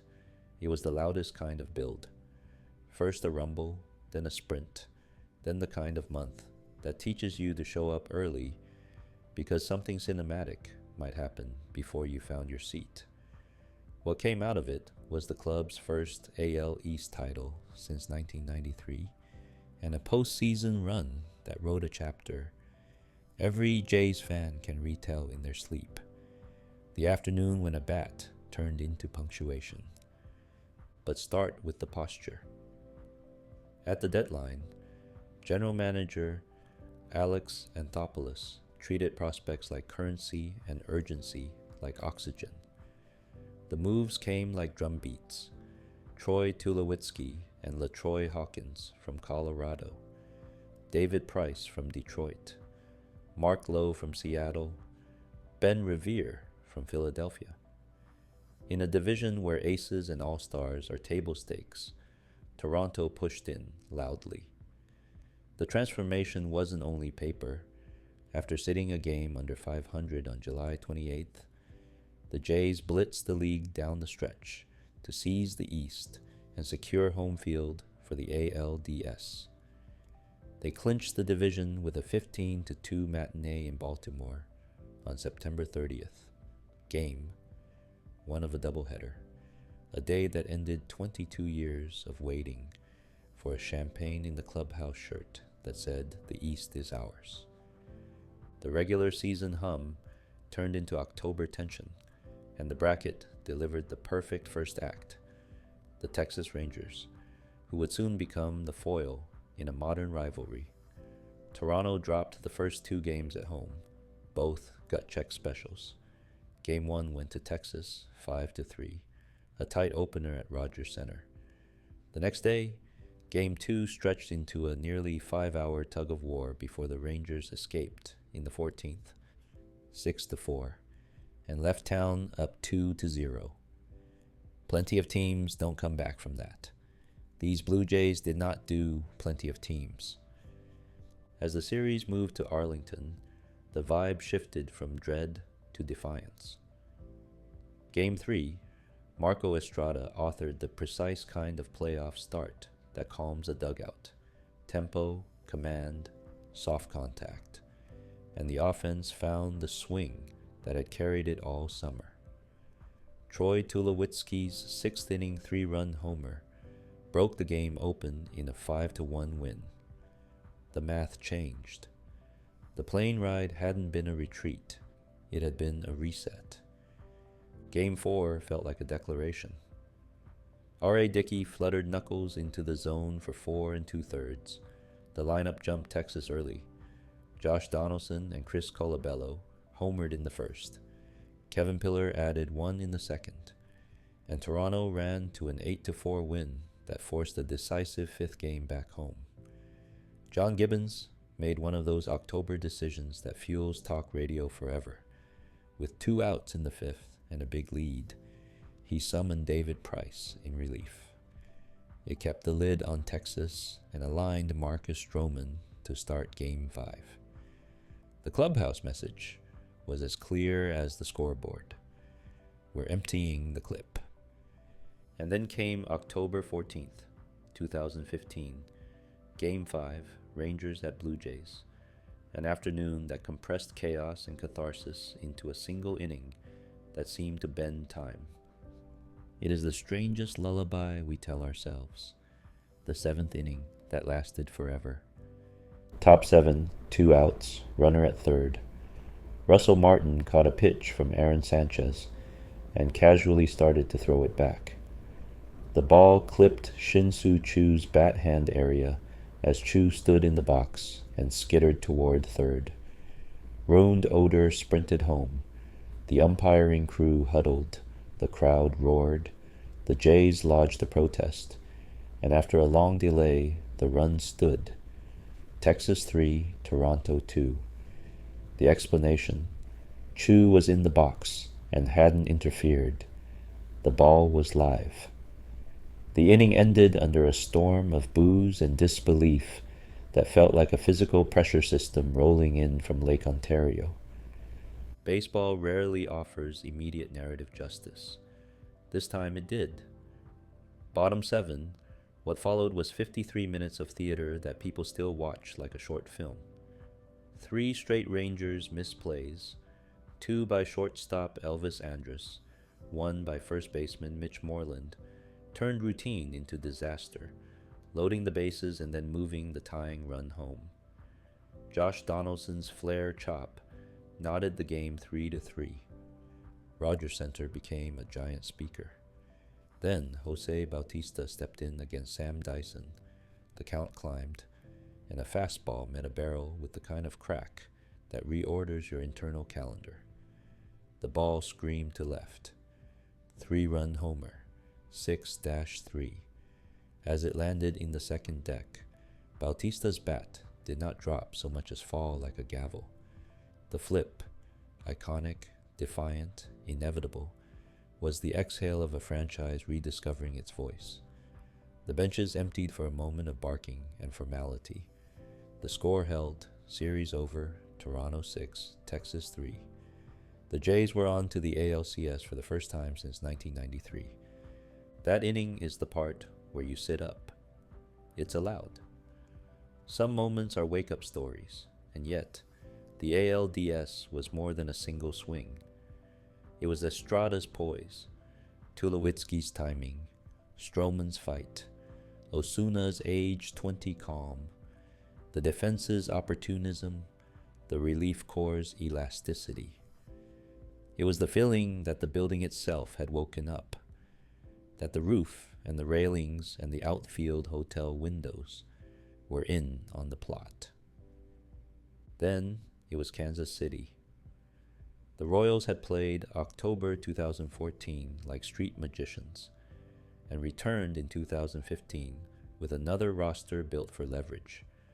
Contact bats, gap-to-gap speed, elite outfield defense, and a bullpen that turned the seventh inning into a border crossing. If the ALDS was about noise, the ALCS was an argument about texture. Game 1 in Kansas City, Edinson Volquez carved, 6 scoreless, and a patient Royals lineup nicked Marco Estrada early, then padded late. 5-0 Royals.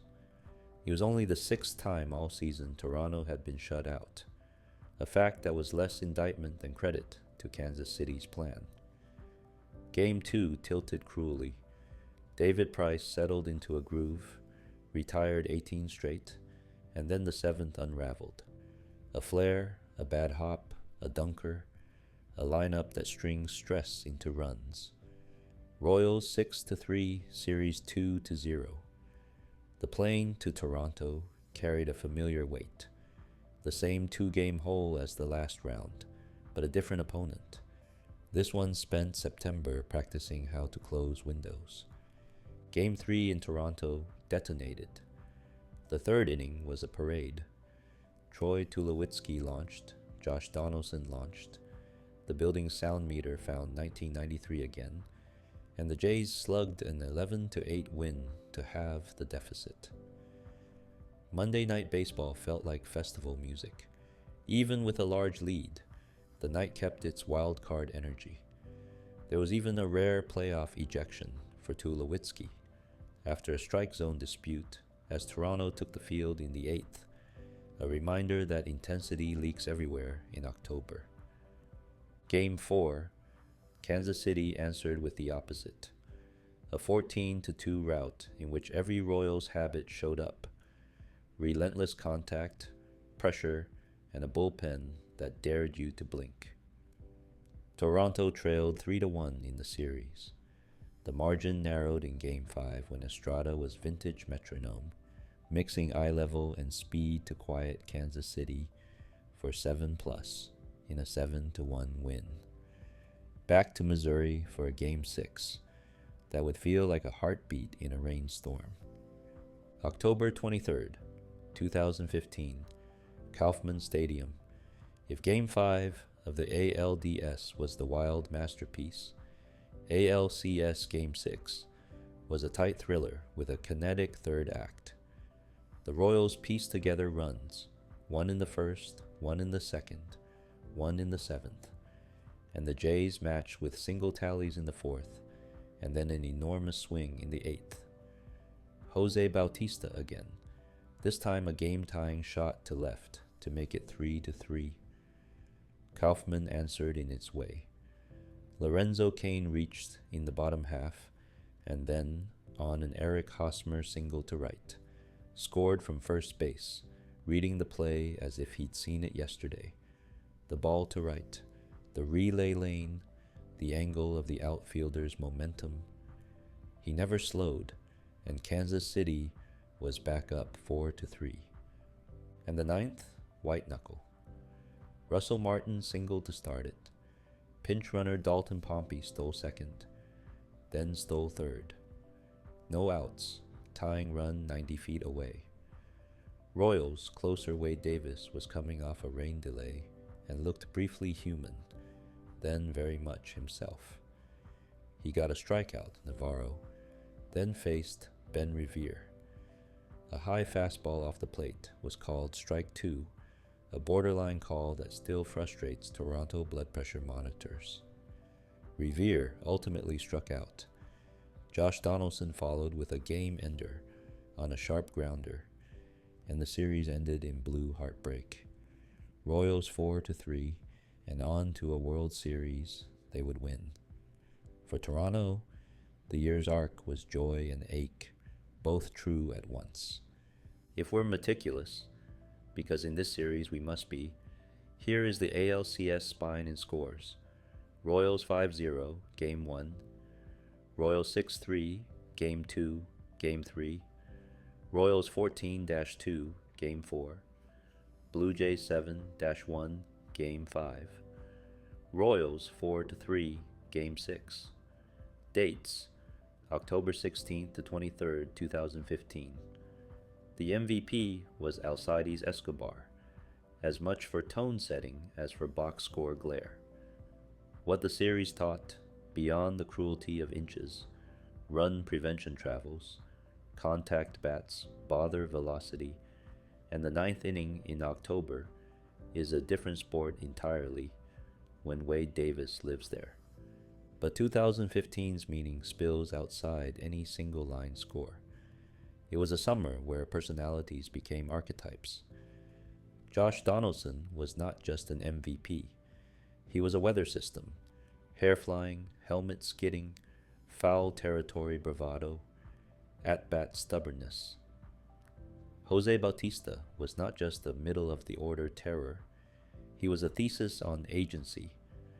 Know your strike zone, punish when invited, and if joy arrives, don't apologize for speaking its language.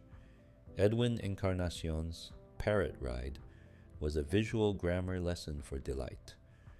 Russell Martin steadied a pitching staff while carrying the noise of big moments with the equanimity of a catcher who has seen everything. Tulowitzki, once settled from hip surgery and new team whiplash, brought quiet shortstop certainty and the exact late October swing the club needed in Arlington.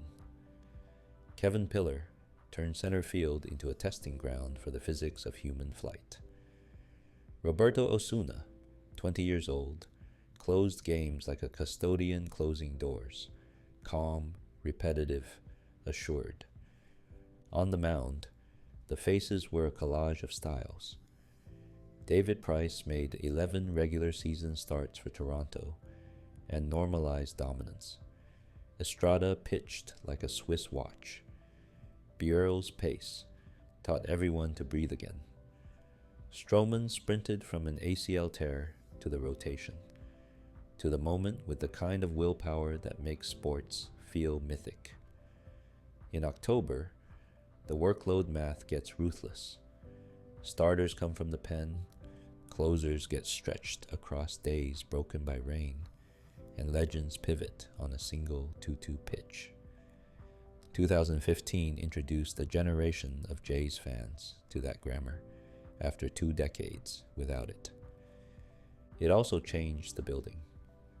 The Rogers Center went from a place that remembered noise to a place that produced it on command. In September, the ballpark felt like a rehearsal dinner. In October, it was a wedding. Everyone on their feet, strangers making eye contact with shorthand that meant we're in it together. When the roof was open, the CN tower seemed to eavesdrop. When closed, the sound stayed and intensified. A pressure cooker for visiting relievers. The city's soundtrack acquired new samples. The crisp pop of Osuna's glove, the arc of Encarnacion's No Doubters, the comedic timing thunk of a parrot pose, and yes, the electronic memory of a bat flip that still gets replayed like a national commercial. All in works until it doesn't, but this one did. It drew a crowded, fragmented sports town together, reminded a country what a baseball October sounds like in Canadian pitch, and gave the next year permission to chase again. The Rangers would be back on the other end of a handshake in 2016. The Royals would finish their arc with a parade. Toronto would leave the season with both a banner, AL East champions, and an identity, swinging hard, daring much, and refusing to apologize for the volume of their ambition. When you replay 2015 now, it's tempting to fast forward straight to the 7th inning of Game 5. But let yourself watch the whole film. Feel the regular season's hinge when Tulowitzki arrived, and the infield instantly looked like a fortress. Hear the soft, collective oh the first time David Price walked off the Rogers Center mound in blue with 17 strikeouts left for someone else tomorrow. See Estrada trick the heart out of dangerous lineups with a changeup tilted just so. Carry the line of a parrot circling the bases into your dreams. Then, yes, land on that pitch from Sam Dyson and the swing that followed it. The white blur, the instant knowing, the right arm swift, definitive motion, and the bat on the turf like a judge's hammer confirming what 162 games had argued. Toronto belonged on this stage. Sleep on that. Sleep on the way. 2 losses at home turned into 3 wins, fueled by belief and opportunism. On the way, a contact-happy club in the next round forced a new kind of chess.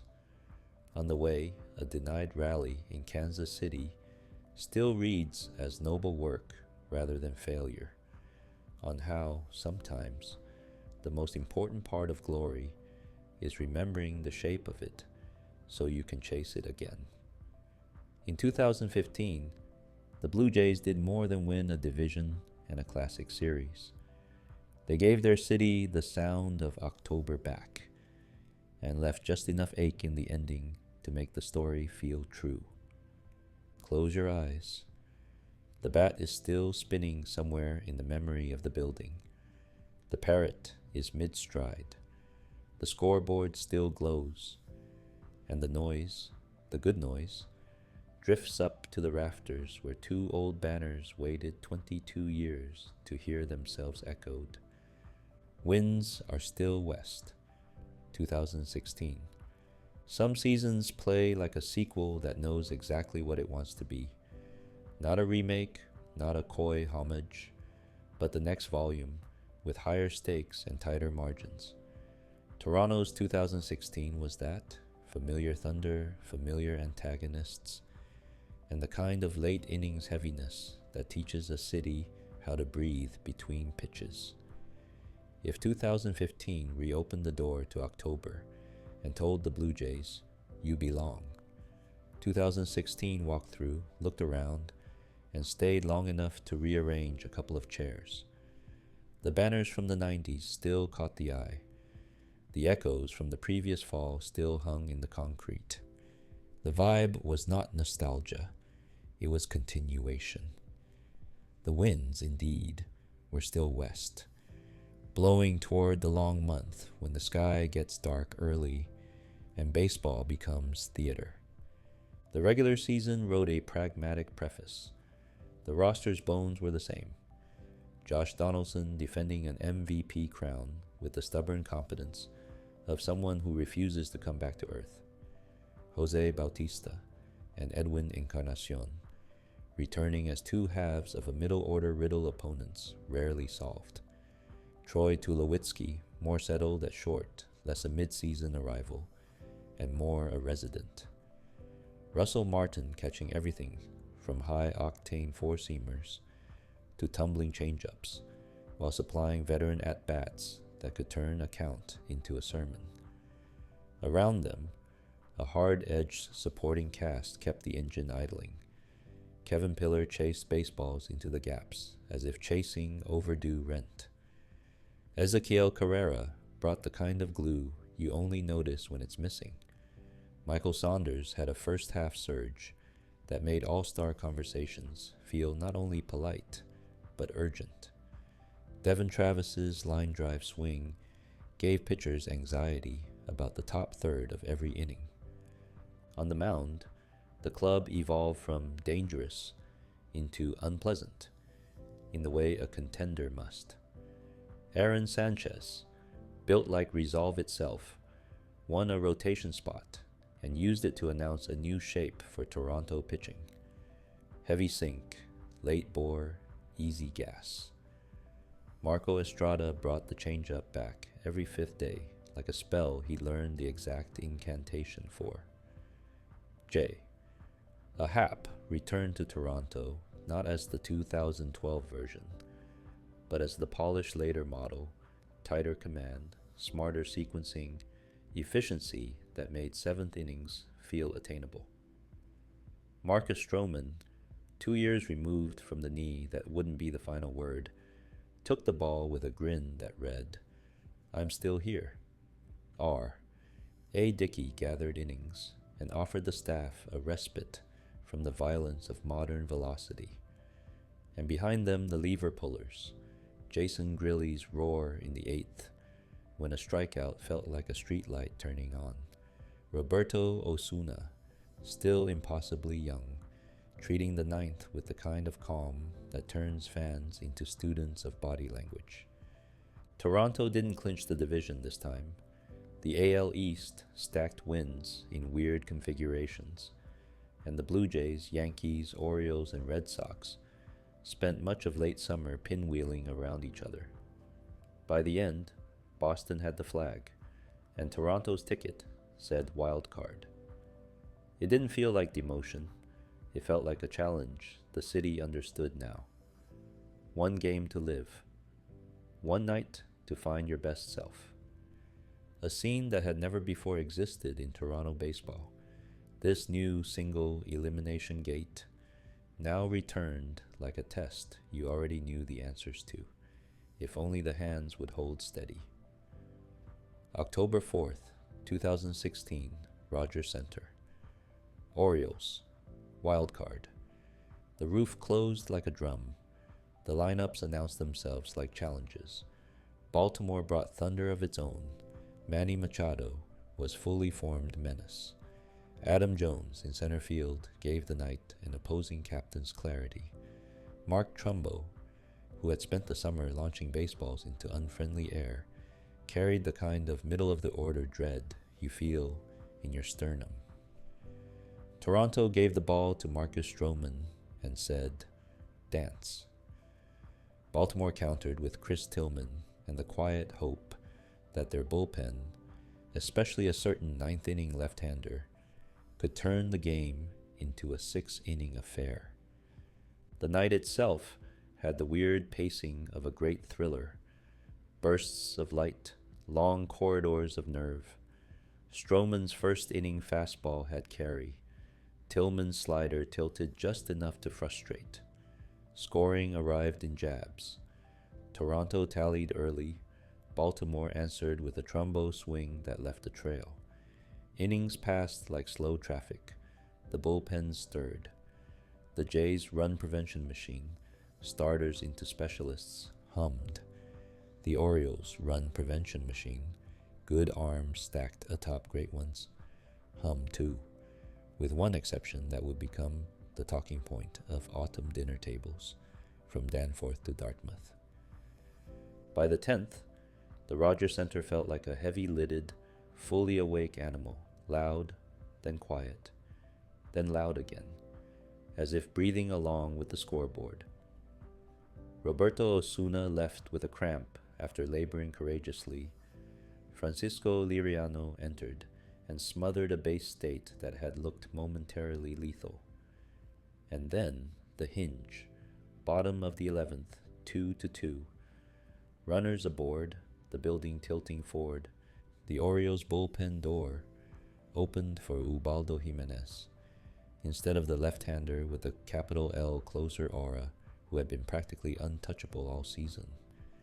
Fans across Canada didn't need the names to understand the stakes. They needed only the sound. Josh Donaldson shot a single that moved the inning from maybe to watch this. And 2 batters later, Edwin Encarnacion took a pitch he liked and lifted it into the kind of memory that doesn't obey clocks. It wasn't a scrape, it was a certainty. The ball sailed into the left field seats, a 3-run walk-off that ended the argument and sent a city into a kind of delirium that remembers to be gracious. 5-2 Blue Jays. Hands to heads, voices hoarse, strangers hugging in the 500s again. Encarnacion rounded first, the parrot invisible but implied, and Toronto stepped back into the ALDS with a win that looked like compression. 2 decades of October learning compressed into one swing. Somewhere in the postgame, The analysis caught up. Baltimore's best reliever never entered. The Jays' best hitter did, and then he left the stage only after finishing his lines. The opponent waiting in the division series was the one fate seems to place opposite Toronto whenever the plot calls for clenched jaws: the Texas Rangers. It was a rematch and a referendum. 2015's bat flip had become more than a meme. It was modern folklore, and the Rangers clubhouse had not forgotten. In 2016, both teams came with receipts. The stage was again big enough for both confidence and calculation. Game 1 in Arlington set the temperature. Marco Estrada, who by now had earned the nickname Metronome in 1,000 living rooms, carved. Texas found only soft contact and poor guesses. Toronto, meanwhile, punished every mistake with economical fury. Troy Tulowitzki split the gap and kept running, circling third as a relay died halfway home. The red-clad crowd exhaled doubt for the first time. The Jays stacked runs as if their luggage had room for more. By the time the late innings arrived, the series had a lead actor: Toronto 10, Texas 1, Estrada having smoothed 9 innings into something you could fold and put in a drawer. The noise on the visitors' side was not giddy. It was satisfied. Game 2 felt stranger in the way only baseball can. Yu Darvish brought the flashing lights and pitch shapes from another planet. J.A. Happ brought angles and stubbornness. The scoreboard read chess. But the Jays, who had spent 2015 learning to wear October without self-consciousness, struck. Home runs arrived in tidy packages, solo bits of punctuation, then a bigger sentence, and the bullpen locked the door. Toronto won 5-3 and left Texas with 2 in the carry-on and a chance to end the series without seeing Arlington again until next summer. Game 3 in Toronto is the one people still tell as a parable about pressure and opportunism. The Rangers refused to go quietly. The Jays refused to let them set the tone. The night swung and swung back. Leads acquired, leads surrendered. Nerves tested with 2 outs and nobody on. Innings stretched by the exact kind of contact that ruined sleep.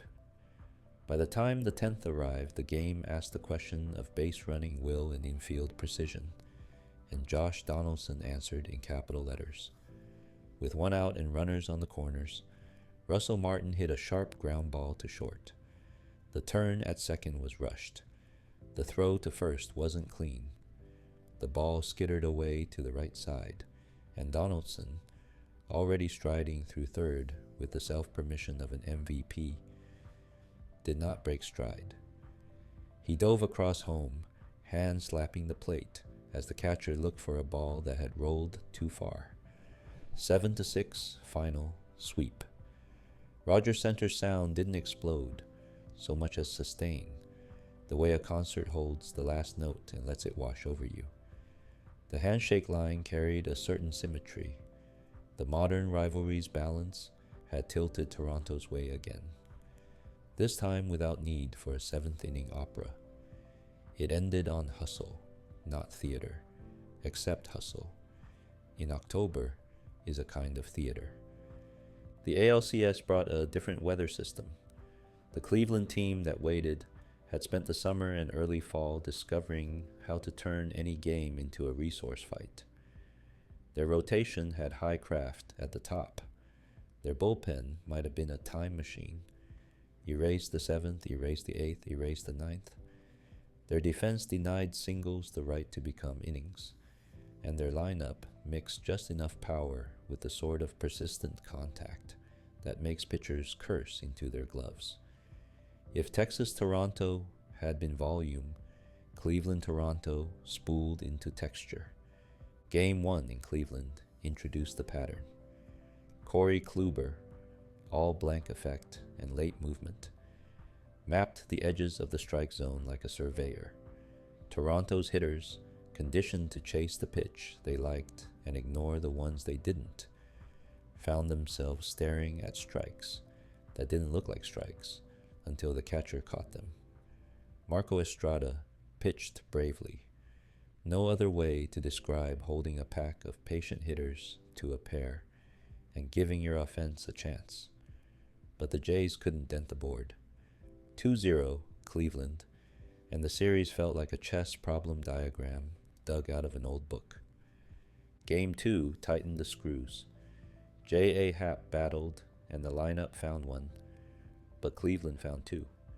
The name that would sit in Blue Jays fans' memories afterward was Andrew Miller, a left-handed relief ace who seemed built in a lab for this exact October. Long, whippy, deceitful, and relentless. He entered in the middle frames and turned at bats into essays. Sliders started on one edge and finished off another. Fastballs touched corners you didn't know existed. The Jays, who had spent years bending pitchers to their will, found the physics inverted. 2-1 loss felt less like a defeat than a riddle that needed a new angle. Game 3 in Toronto. A new angle didn't present itself. Aaron Sanchez pitched well enough to win most nights. Cleveland matched and then leaned on the bullpen again.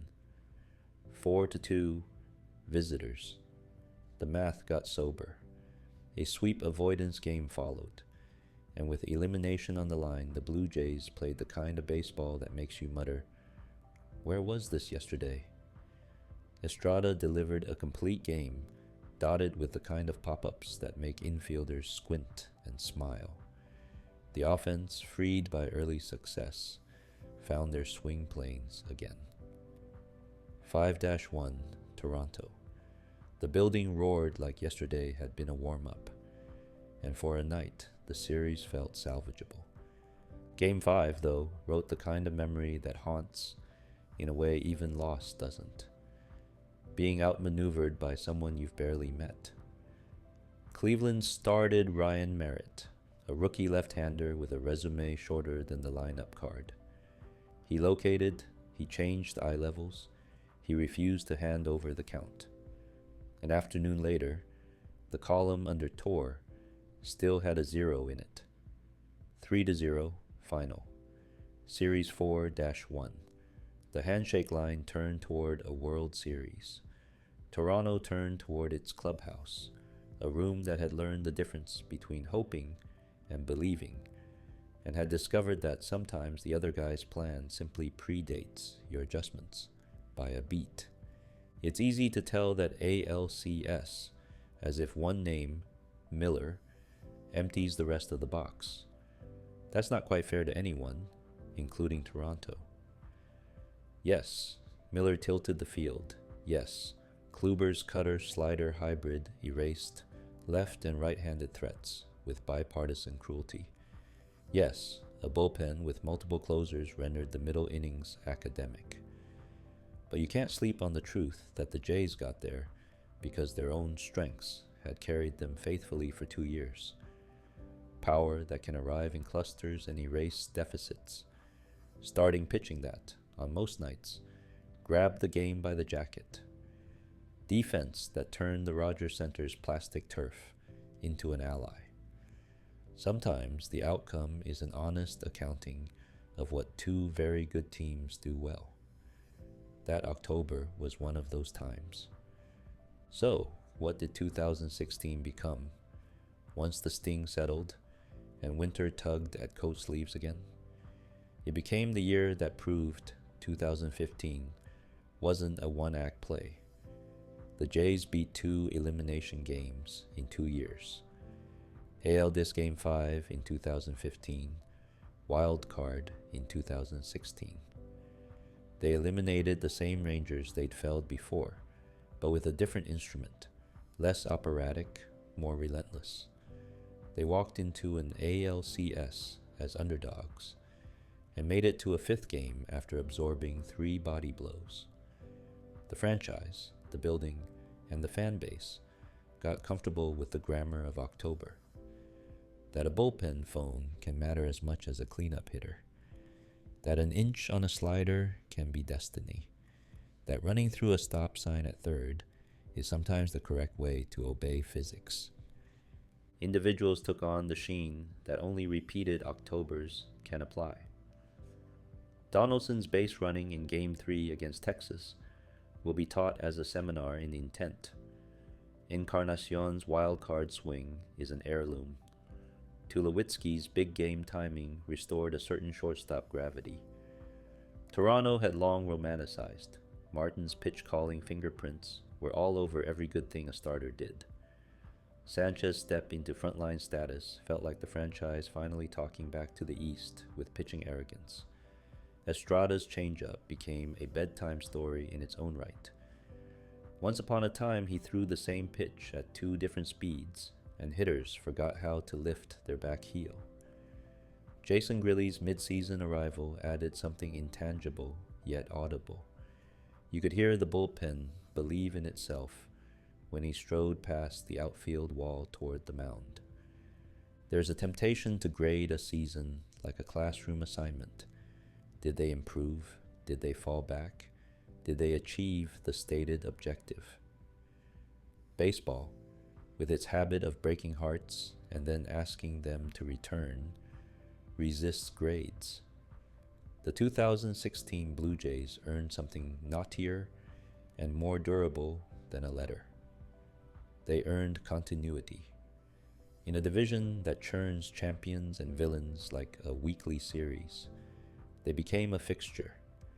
They played the kind of defense you trust, hit the kind of home runs that travel on airwaves, and collected the kind of starts that make Wednesdays in May worth caring about, because you can imagine what those Wednesdays turn into in October. And they deepened the bond between city and team such that strangers could speak in shorthand during a 2-out rally. A raised eyebrow meaning Miller tonight, a slight head tilt meaning Sanchez has the heavy sink, a hand hovering meaning we're not done. Look at the 2-year reel, a division title and ALCS in 2015, a wild card triumph and ALCS in 2016. That's a vista from which future teams can see themselves. Nothing about the 32-year trek from 1993 to 2025 is linear or gentle. There are valleys after this, and there are plateaus that confuse ambition for stasis. But standing in the early winter of 2016, you could say true things. The Jays had made October a habit again. The building had relearned the sacred choreography of rally towels. The broadcast booths had reacquired the register that carries urgency without panic. The aura of 1992 to 93, once a museum exhibit, was back to being a reference point. Before you turn out the light, go back to 2 moments as touchstones: the start and the sweep. The wild card night against Baltimore, when Encarnacion hit a ball that insists on being replayed with sound. The ALDS finale, when a ground ball plus 2 high-tempo steps by an MVP sent a runner home and a rival into winter. One was a single swing that ended a conversation. The other was a choice made at full speed, a definition of pressure that reads like permission. Both belong on the same shelf as the bat flip and the Carter leap, not because the results were the same, but because the feeling was. That feeling is what carries a fan base over hard winters and through doubtful summers. It says, we've done it here recently, and the building knows how to help. And then, be honest with yourself about the Cleveland series. It wasn't Shakespearean tragedy. It was a test Toronto mostly failed in the batter's box and mostly passed on the mound. That team, with that bullpen, was built to turn your strengths into curiosities. There is no shame in discovering, in a best of 7, that the other side has a better lever. The lesson became a design note for seasons to follow. Deepen the offense's ways of scoring, stack more swing and miss in the staff, and be ready to play the 7th like the 9th, because in October, they are twins. When we step forward into 2017 to 2019, the tone will shift. The roster reshapes, heroes say goodbye, a new core knocks, and the story will take on the ache that accompanies change. But 2016 deserves to be held as a complete feeling, the year when the lid stayed off the city's joy, when the winds still blew toward October, when the Blue Jays learned to love pressure because it kept arriving. If you listen carefully, you can still hear the parrot's ghost and the rumble of that 10th inning dash. You can hear the way a slider spins when a lefty relief ace every team covets decides the middle innings belong to him. You can hear the way a building inhales the second. A rival's bullpen door opens and the wrong man jogs out. You can also hear the quieter thing under the noise. A city saying thank you for another year of staying up too late, for another season of calendar-marked nights, for the specific kind of togetherness that comes when 47,000 people all stand up before a pitch, because the part of their brain that knows math also knows myth. The winds are still west. The story keeps going, from echoes to embers, 2017 to 2019, transition to a new core. Every long story has a chapter where the room is being rearranged while you're still sitting in it. For the Blue Jays, 2017 to 2019 was that careful clattering business. Chairs scraped, pictures taken down, new boxes stacked by the door with names you didn't yet know by heart. The echoes of 2015 to 2016 were still big and warm. Donaldson's whip-quick swing, Stroman's bounce, the baseline of 47,000, the way a party lingers in the air the next morning. But embers were already gathering in the grate. Guerrero Jr., Bichette, Biggio, Hernandez, Gurriel Jr. The room wasn't emptying. It was changing guests. The first sound of the shift was quiet but decisive. Edwin Encarnacion signed with Cleveland before 2017. The middle of Toronto's order, that two-headed drum line with Bautista, split into separate songs. You felt it the way you feel a ferry depart. No panic, just the unmistakable tug that the center has moved a few feet. The club, aching from a deep run and a long calendar, also ran headfirst into the physics of baseball. Injuries arrive in clusters and blisters of all humble villains, chewed at Aaron Sanchez's season. The rotation that had worn October like a bespoke suit suddenly needed alterations it didn't have time for. There was still beauty. 2017 became the year Justin Smoke's swing looked like it had finally found the angle it had been reaching for. Barrel in the zone forever, easy carry to the gaps that didn't ask for perfect contact. Marcus Stroman pitched like stubbornness in cleats, living in big innings with small heartbeats. Marco Estrada kept doing the magician's act, same arm speed, different realities. And Josh Donaldson, when his body gave him the keys, remained the fiercest kind of competitor, the kind who can change a game with a swing or with the message his hustle sends to 9 men in the other dugout. But the standings were a less forgiving narrator. Toronto spent too many days jammed in treatment rooms, too many innings squinting for a timely hit. The AL East, indifferent to sentiment, rolled forward with Boston's new engine, New York's influx of young thunder, and Tampa Bay's annual knack for turning edges into wins. The Blue Jays finished underwater, and for the first time since the roar returned, October came and went like a neighbor's party you heard through the wall. One day from 2017 still glows warmer than records can. Late September at Rogers Center. Jose Bautista's farewell afternoon. Everyone understood what the ovations meant. A franchise doesn't get many players whose silhouette can summon a whole year, chin up, eyes hard, bat held like a signature, and Bautista was that silhouette. The organization let the moment breathe. A slow walk to right field, a late-game curtain call, embraces with teammates who had lived the noise. A generation said thank you to a man who taught a city exactly how loud baseball can be. It wasn't a parade. It was better than that. A ritual of gratitude done in the very room he had made echo.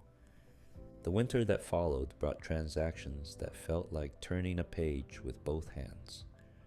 The Blue Jays added outfield thump and risk in Randall Grichuk, a toolsy bet with carry in his bat and a defender's stride.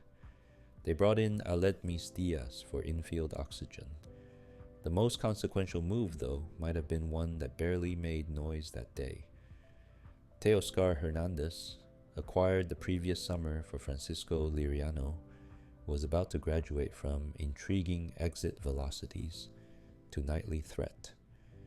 And in the long, essential work of stocking a farm system, the front office kept doubling down on the bilingual alphabet of modern scouting. Data and eyes, models and conversations. Names like Guerrero, Bichette, Biggio, and Gurriel Jr. had stopped being rumor and started being calendar dates. The 2018 season arrived like a room with new corners. It belonged partly to a catcher's mask and a closer's scowl. In August, after a difficult spring that included a suspension and a public reckoning, Roberto Osuna was traded to Houston for a package topped by Ken Giles, whose ninth-inning fastballs carried their own punctuation. J.A. Happ, steady, adult, excellent, pitched his way into an all-star nod and a trade to the Yankees. A young lefty named Ryan Borucki debuted and looked immediately like someone you could imagine in a playoff rotation. All poise and location. Randall Grichuk started slow and then wound the rubber band tight, finishing with the kind of late summer power that makes a winter worth anticipating. But 2018 was mostly about sightings. Lourdes Gurriel Jr. arriving with a bat that prefers line drives with loft, a defender's arm, and the quiet charisma of a player who doesn't need to announce himself. Teoscar Hernandez ripping balls with backspin that stayed airborne like good news. And, most loudly in the minors, Vladimir Guerrero Jr. turning every affiliate into an event. His at-bats gathered cameras and strangers. His contact sounded like a metal spoon on crystal. The season ended with more losses than you'd put on a postcard, but the postcard started to feature tomorrow's faces. And then, right before autumn exhaled, the organization closed a chapter with grace. John Gibbons, Gibby, left the manager's office at season's end. He'd been the right voice for the storm and the celebration, the dry one-liners, the player's first loyalty, the exact brand of steadiness a clubhouse reads as belief. A whole lot of innings were played under a manager who handled both the ferocity of 2015 to 2016 and the softness of a rebuild's beginnings. You don't statue that. You just say thanks. For 2019, a new voice. Charlie Montoyo, a baseball lifer with infield hands and a developmental heart. If 2015 to 2016 asked for a conductor, 2019 asked for a gardener. The mandate was clear in a way fans sometimes resist hearing, but always understand in time. Let the kids play, let them fail in public, make failure survivable, and win with teaching even on nights. You don't win on the scoreboard. And then the doors opened, and the debuts came like holidays. April 26, 2019, Vladimir Guerrero Jr. in Toronto Blues, a baseball surname that already lived on stadium ramps and in barbershop talk, making its first big league impression. The first night, the hits didn't fall until they did. A laser double late, the kind you feel in your molars. And the building's sound lifted from anticipation to recognition. A few weeks later, May 24th, Cavan Biggio, all quiet poise and strike zone fluency, stepped into the same light. 2 months after that, July 29th, Bo Bichette, hair like wind, swing like intent, announced himself with a debut single. And then, in the days that followed, a spree of doubles that looked like someone had found a cheat code for the right center gap. You do not schedule joy, but 2019 scheduled a lot of it.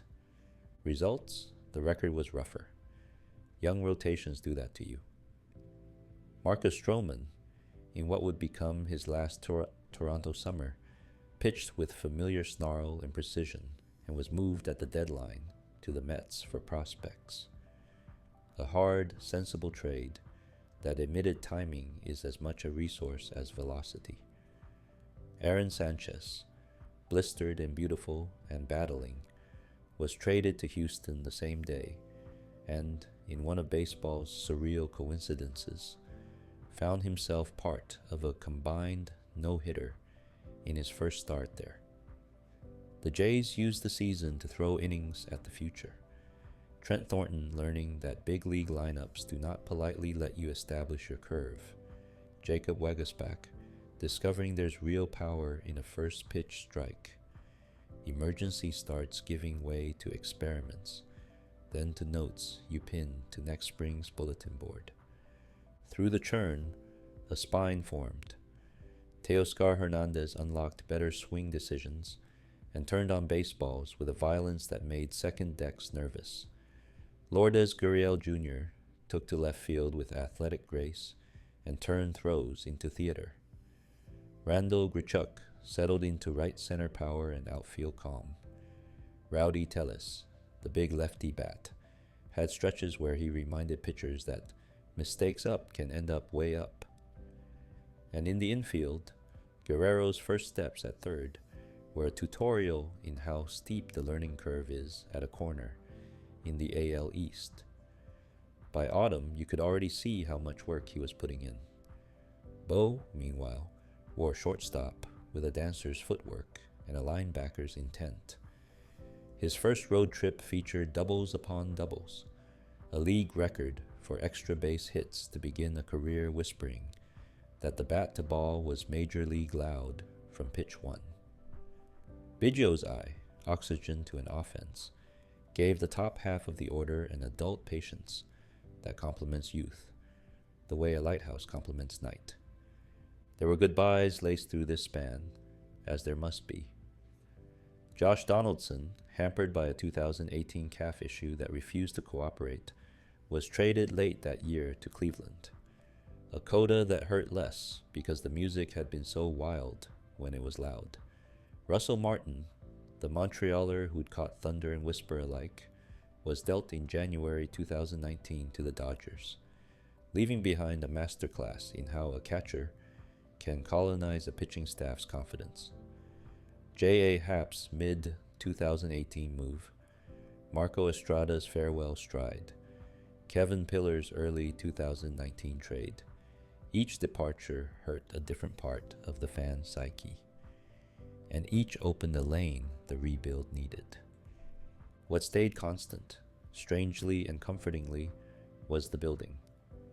Rogers Center ate losses with the same generosity it had eaten wins. On certain summer nights in 2019, with the roof open and a breeze trading whispers with Section 518, the park felt like an amphitheater for something new learning to speak. Kids wore 27s and 11s and 8s. and the names on those shirts match the people on the field. That matters. A rebuild isn't just spreadsheets and scouting grades. It's an act of civic continuity. The city needed to see the new core before it could believe in it. And 2019 obliged with debuts that didn't feel like teasers. They felt like flooring laid down for actual living. If you're keeping a ledger of lessons, 2017 to 2019 taught a franchise three in particular. 1. The cost of extension and the value of timing. The bill for deep Octobers is always due. On arms, on legs, on payroll flexibility. Toronto chose to pay by resetting the timeline, trading current wins for later windows. Those choices are only easy when they go badly. Here, they were hard and correct. 2. Player development as culture, not department. Guerrero Jr. needed room to become himself without being asked to be a savior at 20. Bo needed at-bats to prove his swing is portable to any count. Biggio needed trust to let his eye play. Hernandez and Gurriel needed time for the tweak-to-tweak feedback loop to become habit. The organization gave that conspicuously. 3. Identity survives turnover. Even as icons left, the core personality, selective aggression at the plate, joy that reads as work, work that reads as joy, remained. The 2019 team did not win many series. It won a lot of new fans the right way, by playing with expressive, earnest intent. There were snapshots to keep under your pillow. Bautista's goodbye wave in 2017, the whole ballpark a chorus of thank you. Vlad Jr.'s first double rocketing to left center like a proof of concept. Bo's early August double spree that felt like wind. Biggio's calm at bats, their lack of panic contagious. A late 2019 night when Ken Giles took the ninth and made it feel, for a few minutes, like leverage was a toy. A Teoscar moonshot that seemed to graze the hotel glass and left only a rumor. Transitions are usually judged incorrectly in real time. They look like endings. Their beginnings with poor lighting. By the time 2019 closed, the room was different. Chairs in new places, walls with fresh pictures, some a touch crooked, as all good, lived-in pictures are. The echoes from 2015 to 2016 had softened into stories you tell rookies on the first bus ride of spring. The embers, though, Guerrero's hands, Bichette's lower half, Biggio's eye, Hernandez's lift, Gurriel's arm, those were bright. You could warm a whole fan base on them if you were patient. And that's the lullaby here. Patience with purpose. The Jays weren't wandering, they were plotting. 2017 said goodbye to a legend and felt the price of a long climb. 2018 stocked the shelves and chose development over denial. 2019 opened the door and let tomorrow in. Close your eyes with that image. A clubhouse equal parts old laughter and new voices. A city learning the names it will shout in Octobers to come. And a team walking down the tunnel, not to the roar it once knew, but to an echo that sounds an awful lot like a promise. The window creaks open 2020 to 2024. Resilience, near misses, and lessons. The room changes again. New furniture, different light. Then the world itself tips. In 2020, the Blue Jays season begins without a home and ends with a first taste of playoff baseball for the post-bat flip generation. All of it inside the strangest year the sport has ever played. Borders complicate schedules.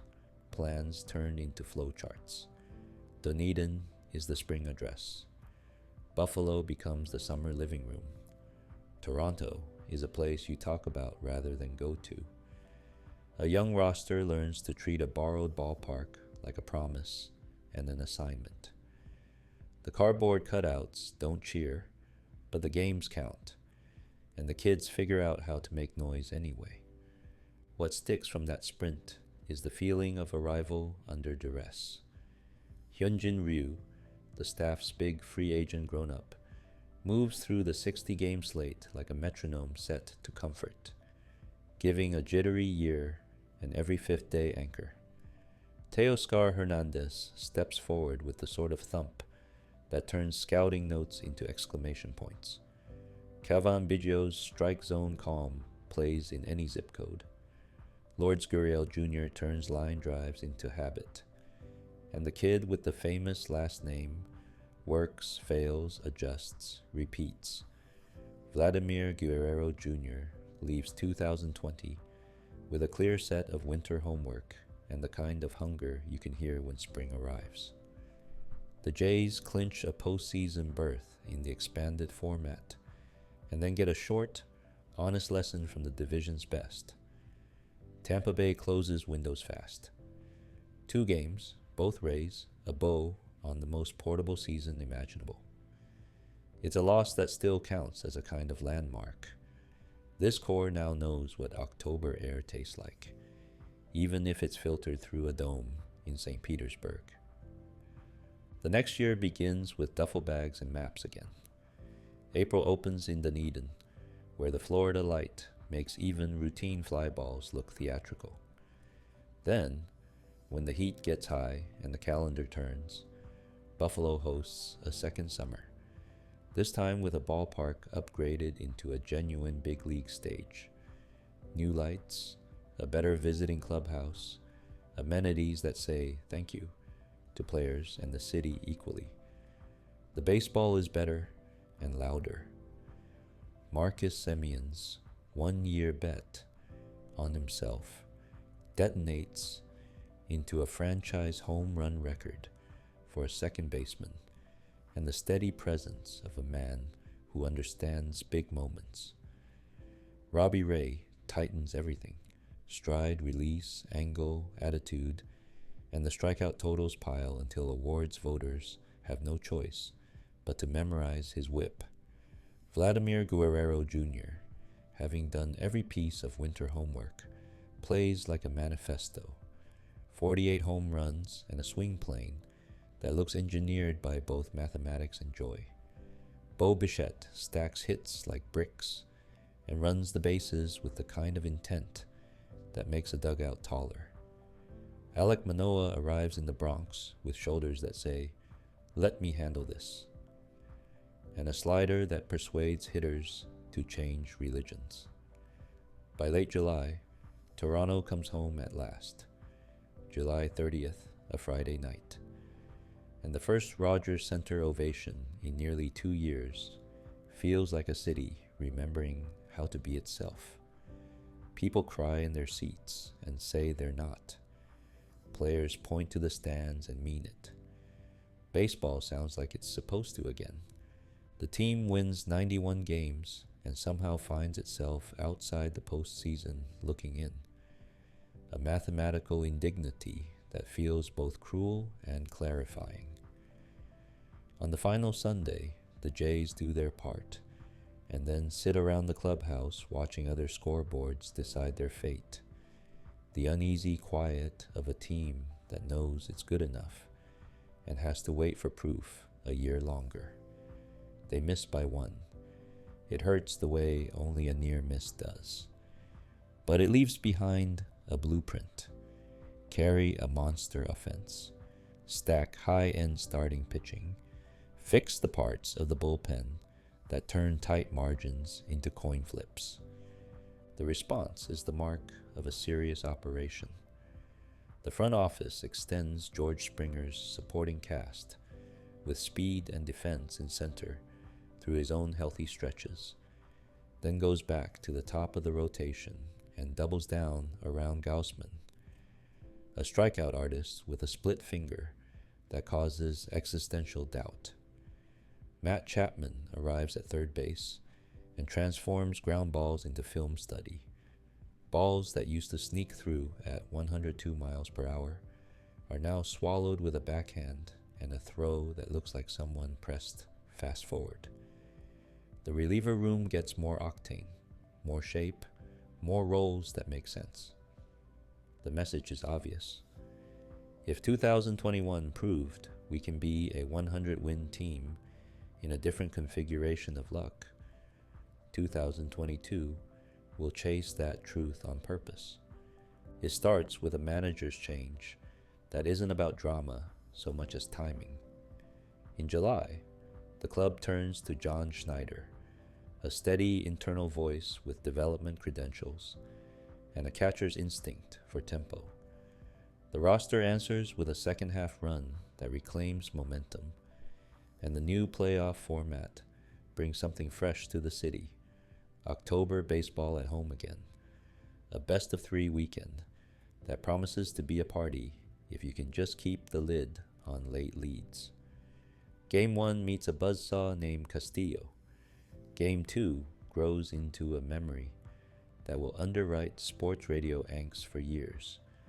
An 8-1 lead melting into a 10-9 defeat. A comeback by a Mariners club that never stops taking the extra base. The kind of collapse that is both improbable and precise. Sometimes October does that. It turns your strengths into stories you tell about what you'll fix. The shock isn't just the score, it's the venue. The building had felt like 2015 again. Then a bloop falls, a gap opens, and a season ends with a handshake that tastes like salt. The immediate lesson is obvious and repeated in a dozen exit interviews. Keep adding swing and miss, keep adding length to the lineup. Learn how to impose your kind of inning when the other side is trying to write theirs. In 2023, the Jays go all in on run prevention as a philosophy you can feel from row 20. Dalton Varsho arrives and turns outfield angles into art. Kevin Kiermaier turns center field into a nightly masterclass in roots and hands and daring. Chapman spends April as a one-man barrel parade and the rest of the year as a denial machine at third. The rotation might be the most adult in the league.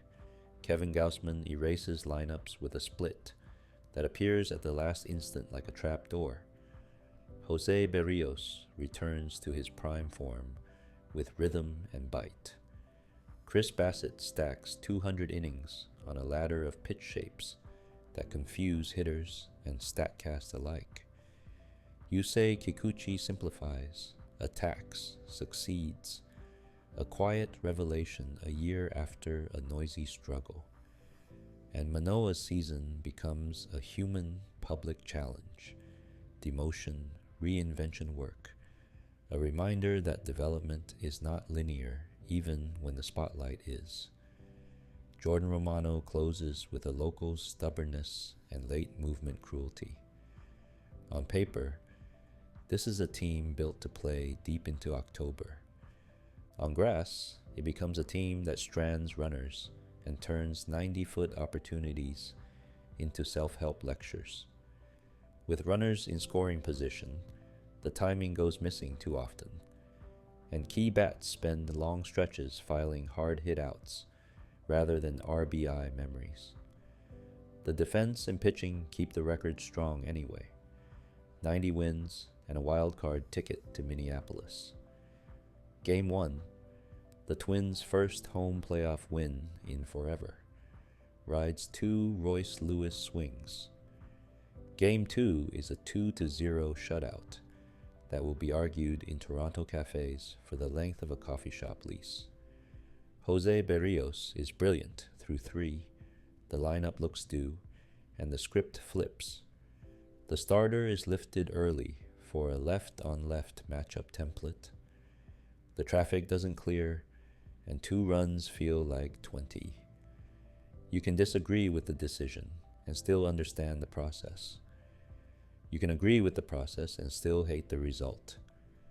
Either way, October ends without a run scored in the series, and the flight home is quiet except for the rustle of pages in notebooks where off-season priorities get written in ink. The connective tissue through all of it is development and identity, expressed as actions rather than slogans. Vladimir Guerrero Jr.'s arc, massive surge in 2021, then season spent fighting for the perfect version of himself at the plate, becomes a study in adjustment, at a level where everyone is adjusting back.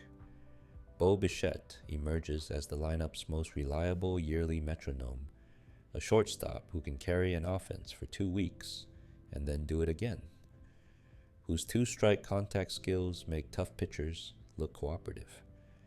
Teoscar evolves from thunder only to thunder and approach, and then moves on.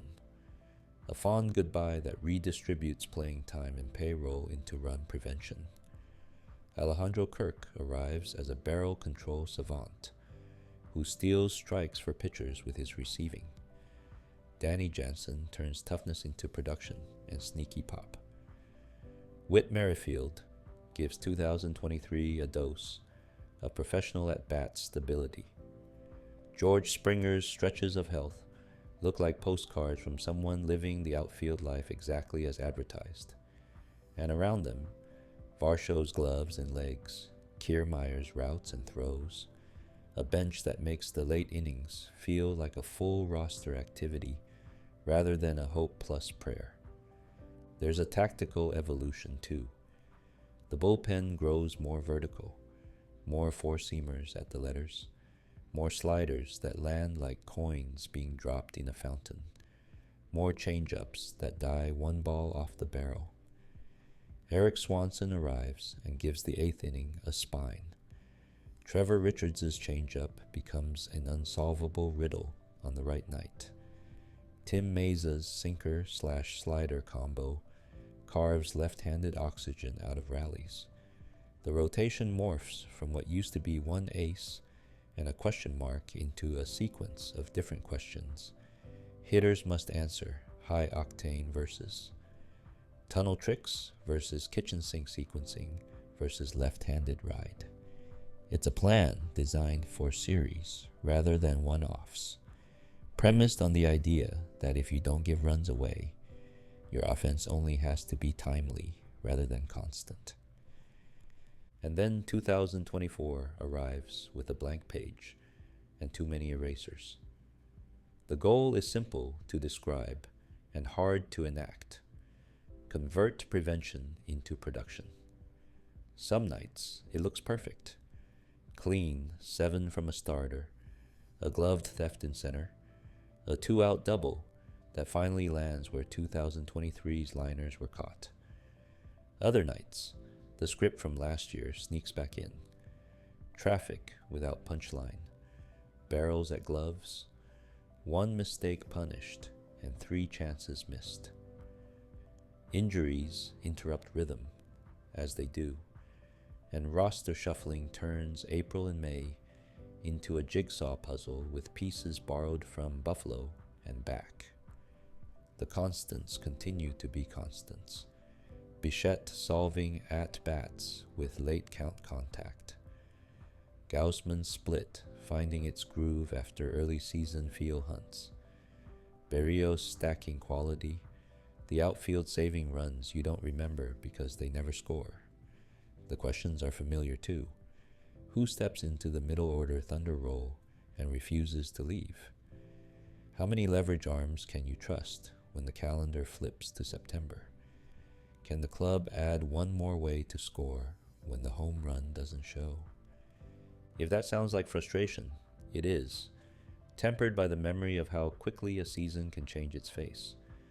The 2021 team missed by 1 and became a model. The 2022 club flamed out in 2 days and used the pain to rethink balance. The 2023 roster rediscovered run prevention and learned the hard truth that October will ask about your worst habit at precisely the wrong time. All of those lessons point one direction, toward an offense that marries patience with damage, and a staff that chases strikeouts without sacrificing innings. The names are here to do it.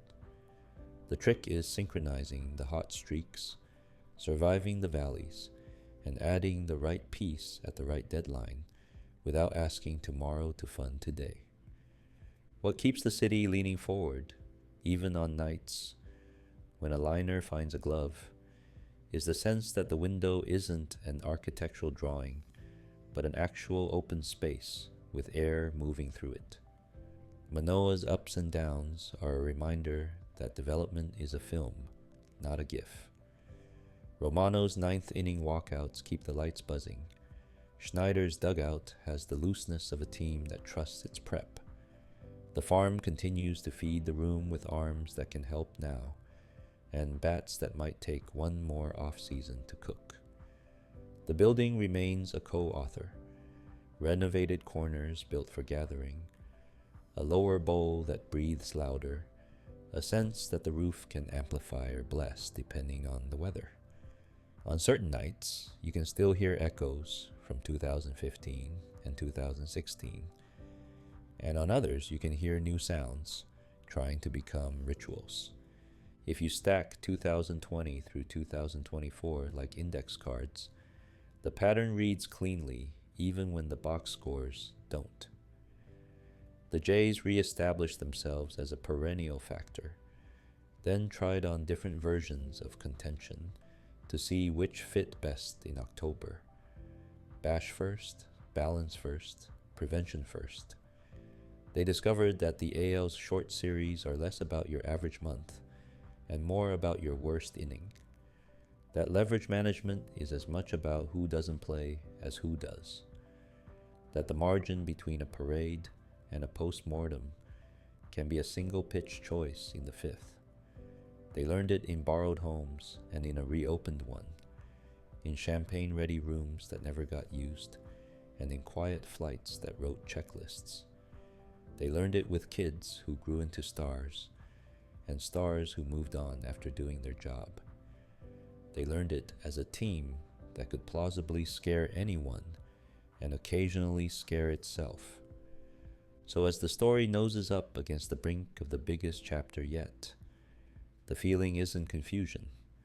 It's readiness with a scar or two. These years built calluses on the lineup's hands, on the bullpen phone, on a fan base that still stands with 2 outs and expects the good thing. They also built habits. Take the extra base, protect the strike zone, make the routine play so the heroics count. And they built the quiet belief that the late night games in October that went the wrong way were not detours but mile markers. Close your eyes with those images. A walk-off in an empty ballpark that still felt loud. A July night when home finally meant home again. A double into the gap with the towels already spinning. An ill-timed hook that will always be debated. An April where the defense saved the day. A May where a kid's adjustment stuck. Back to the bright edge, the 2025 season and postseason. The season begins like a held breath finally exhaled. You could feel it before the first pitch. A murmur in the city, a steadiness in the clubhouse. The sense that the pieces on the table were no longer just promising shapes, but a picture that made sense. They won the East at the wire, tied with New York, edge earned head-to-head, and carried the number. 1 seed into October, the kind of small, precise triumph that tells you a team knows how to win the boring innings. The travel day innings, the base-out math that separates contenders from characters. It had been a long time since Toronto walked into a postseason and felt like the room would move around them. This time it did. The bracket handed them a familiar face and a new feeling. The Yankees in the division series, the Jays as the ones with the better hand. It didn't become a morality play, it became an answer. 4 games, 3 loud wins to 1 loss. Toronto taking the set like a club that understood leverage, and trusted its stars to turn it. The last outs weren't relief so much as confirmation, a reminder that the first goal of any October is to make sure the month listens when you speak. They did. And then the ALCS, 7 nights of breath and noise with the Mariners that felt like two teams trying to write the same song in different keys. Seattle arrived armed with arms, velocity in buckets, late movement like tricks of the light. And the first 2 games in Toronto went wrong. Down 0-2 at home is where most stories fade to grayscale. This one changed tint. The Jays reeled off 4 of the next 5 to win it in 7, clawing even on the road, surviving the middle chapters, then closing with a swing that will live where the city stores courage. Vladimir Guerrero Jr. hit through the pressure and into an MVP, a series line that read like a declaration, power to both fields, at-bats that bent counts into invitations, and a final night that turned a loud building into a tuning fork. Sometimes a player becomes the weather. For a week, he was. You can measure that pennant in numbers. You should also measure it in the faces that made the camera linger. Kevin Gausman, pitching like a man, taking careful notes, and then reading them back to hitters.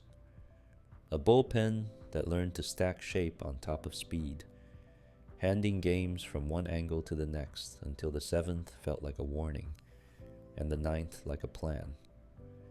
Veteran cameos that mattered more than their box score volume, and all of it wrapped in the sound of a city that remembered the choreography without needing instruction.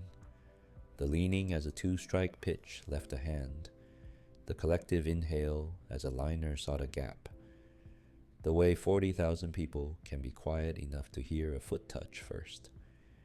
It had been 32 years since the parade, and in the nights after the pennant, you could hear how much the waiting had taught Toronto about savoring the climb. Then came the World Series and the team that wears October like a tailored coat. The Dodgers, heavy with stars and expectations, had spent a year turning pressure into posture, and by the time the schedule brought them north, it felt less like a matchup than a thesis defense. 7 games, a seesaw that never stopped, 2 rosters that could erase a mistake in one inning and exploit one in the next. And on the last night, Game 7 at Rogers Centre, the sport gave Canada exactly the kind of ending it reserves for chapters it wants you to reread. Toronto led, lost the lead, reclaimed it, and entered the 9th guarding 1 run and a story. Miguel Rojas tied it with a homer that carried the hush of disbelief in its wake. 2 innings later, Will Smith hit an 11th inning shot that turned a dynasty rumor into a headline. 5-4, final Dodgers, and a 2nd straight title for a franchise that has refused to be anything but contemporary history. There are details worth placing gently on the shelf. Yoshinobu Yamamoto, unflappable under neon, wore the MVP the way his fastball wears carry. By the end, he had stacked wins and zeros until even neutral observers were nodding in admiration. Mookie Betts sealed things with a double play that looked choreographed by muscle memory. Shohei Ohtani had nights of gravity even when the line looked mortal. And in the middle of it, Toronto kept answering. Innings extended, extra bases stolen, a runner home on contact, because October asks for audacity. The Dodgers finished it. The Jays made them work for every syllable. If you're counting the ache, you should count the pride at the same scale. Down 0-2 in the ALCS, they won a pennant. They handled the Yankees in a set that asked more questions than a week should. They took the Dodgers to an 11th inning of a Game 7 and forced LA to find a hero twice. Those are not consolation prizes. They are the architecture of a team that knows how to be here again. You could see it in John Schneider's dugout.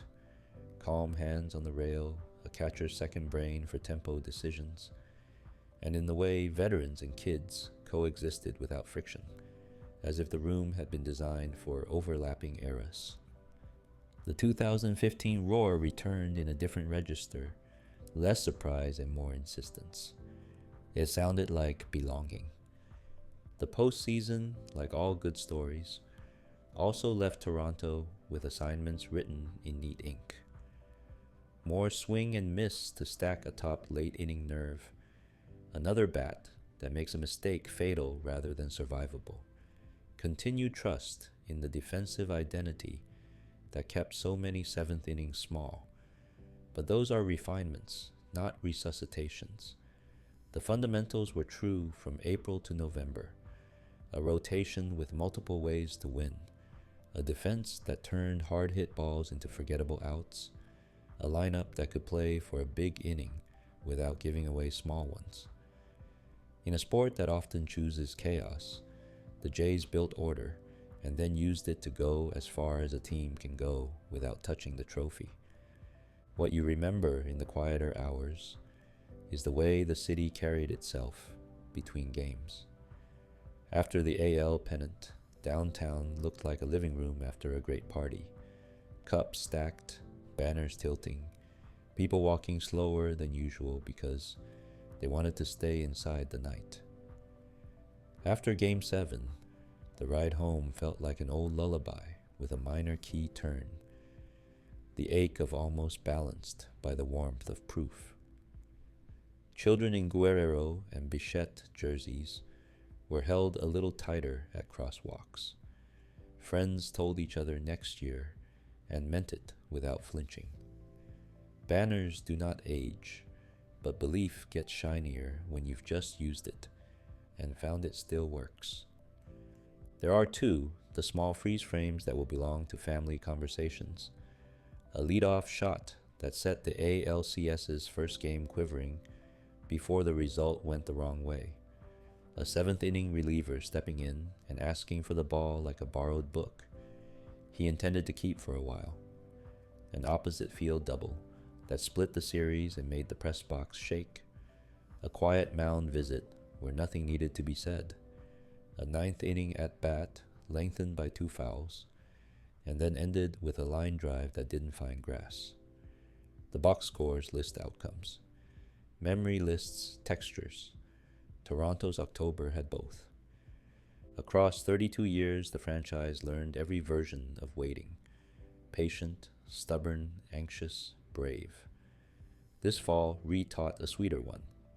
Expectant. Not entitlement. Baseball punishes that. But the steadiness of a club that can imagine the last out happening in their glove because they've stood close enough to hear the sound. In 1993, the story ended on a leap. In 2025, it paused on a long walk back to the dugout with heads up. Both are part of the same sentence. The team that lost the Game 7 in extra innings also won a pennant from 2 games down and made a dynasty need all of its pieces to escape. That's not a footnote. That's a prologue. So close your eyes and keep a few notes within reach. AL East reclaimed. Yankees answered. Mariners endured and then defeated, with the best hitter on the field wearing blue and the MVP to prove it. 11th, the last pitch of the last game of the year, carrying the taste of copper and the sound of a bat that wasn't yours. Somewhere in those notes is why the city's voice sounded different when it said next spring. Not as wish, not as plea, but as plan. The banners still hang. The new one, the silver pennant that says 2025, will keep them company in the rafters. And the space beside them does not feel abstract anymore. It feels reserved. 32 years, then everything at once. Meaning, memory, and what still hangs in the night air. The lights are low again.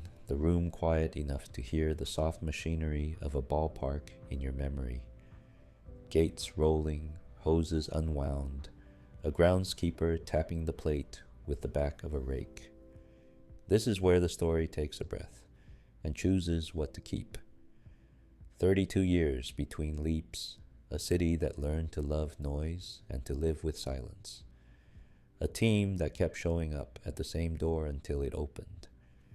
When you line the years up like photos on a mantle, the pictures don't argue with each other. They look back and nod. You start with the feeling of being crowned twice in a row and then waking up after. The early 90s teams made glory feel like a routine you could learn by practice.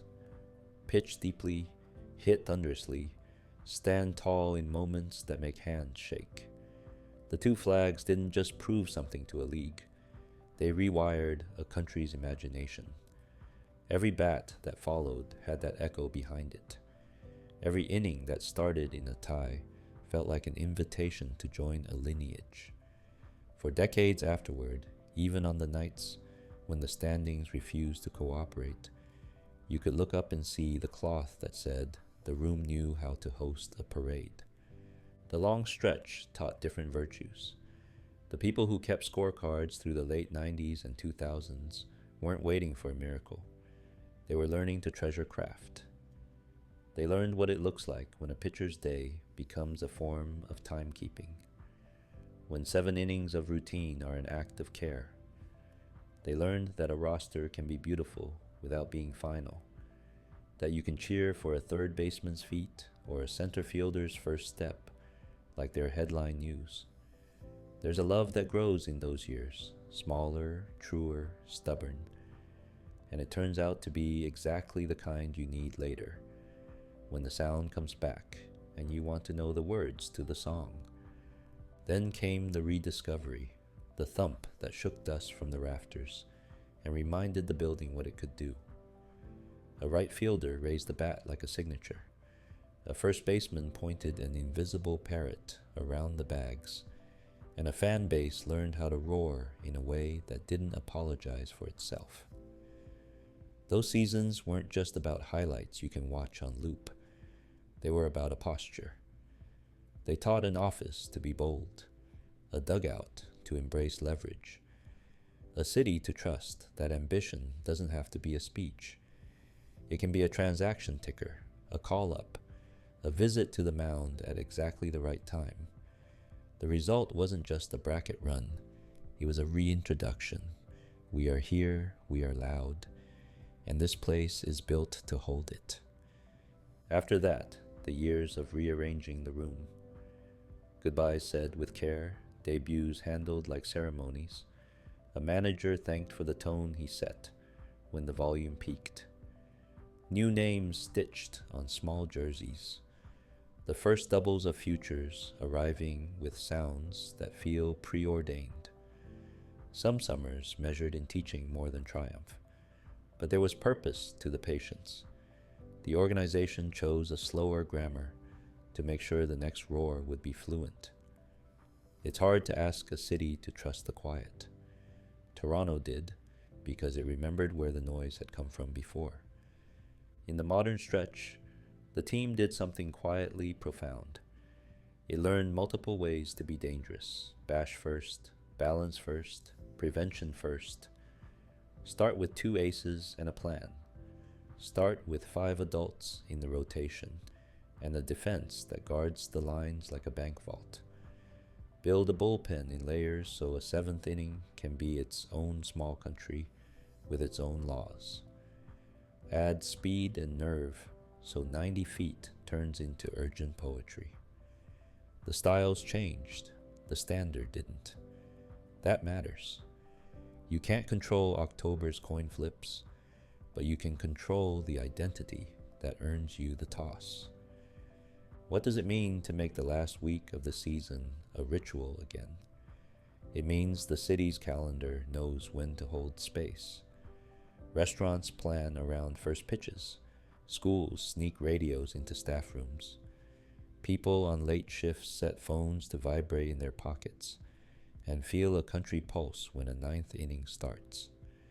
This is community masquerading as scheduling. It's also inheritance. Children who only knew the championship banners from photos now have their own soundtracks. The crack that quiets a section mid-sentence, the glove pop that turns a chant into a cheer, the long O of a crowd inhaling together. They'll carry those sounds forward the way their parents carried voices from 92 and 93. It's easy to make a list of fixes, another power bat to enlarge the space between chances and runs, one more reliever who can end an argument with a slider, a bench that makes matchups feel like advantages instead of compromises. Those are the right conversations to have. They're also proof of how close the thing is. Teams far away talk in generalities. Teams on the doorstep talk in verbs. Find, add, tighten, decide.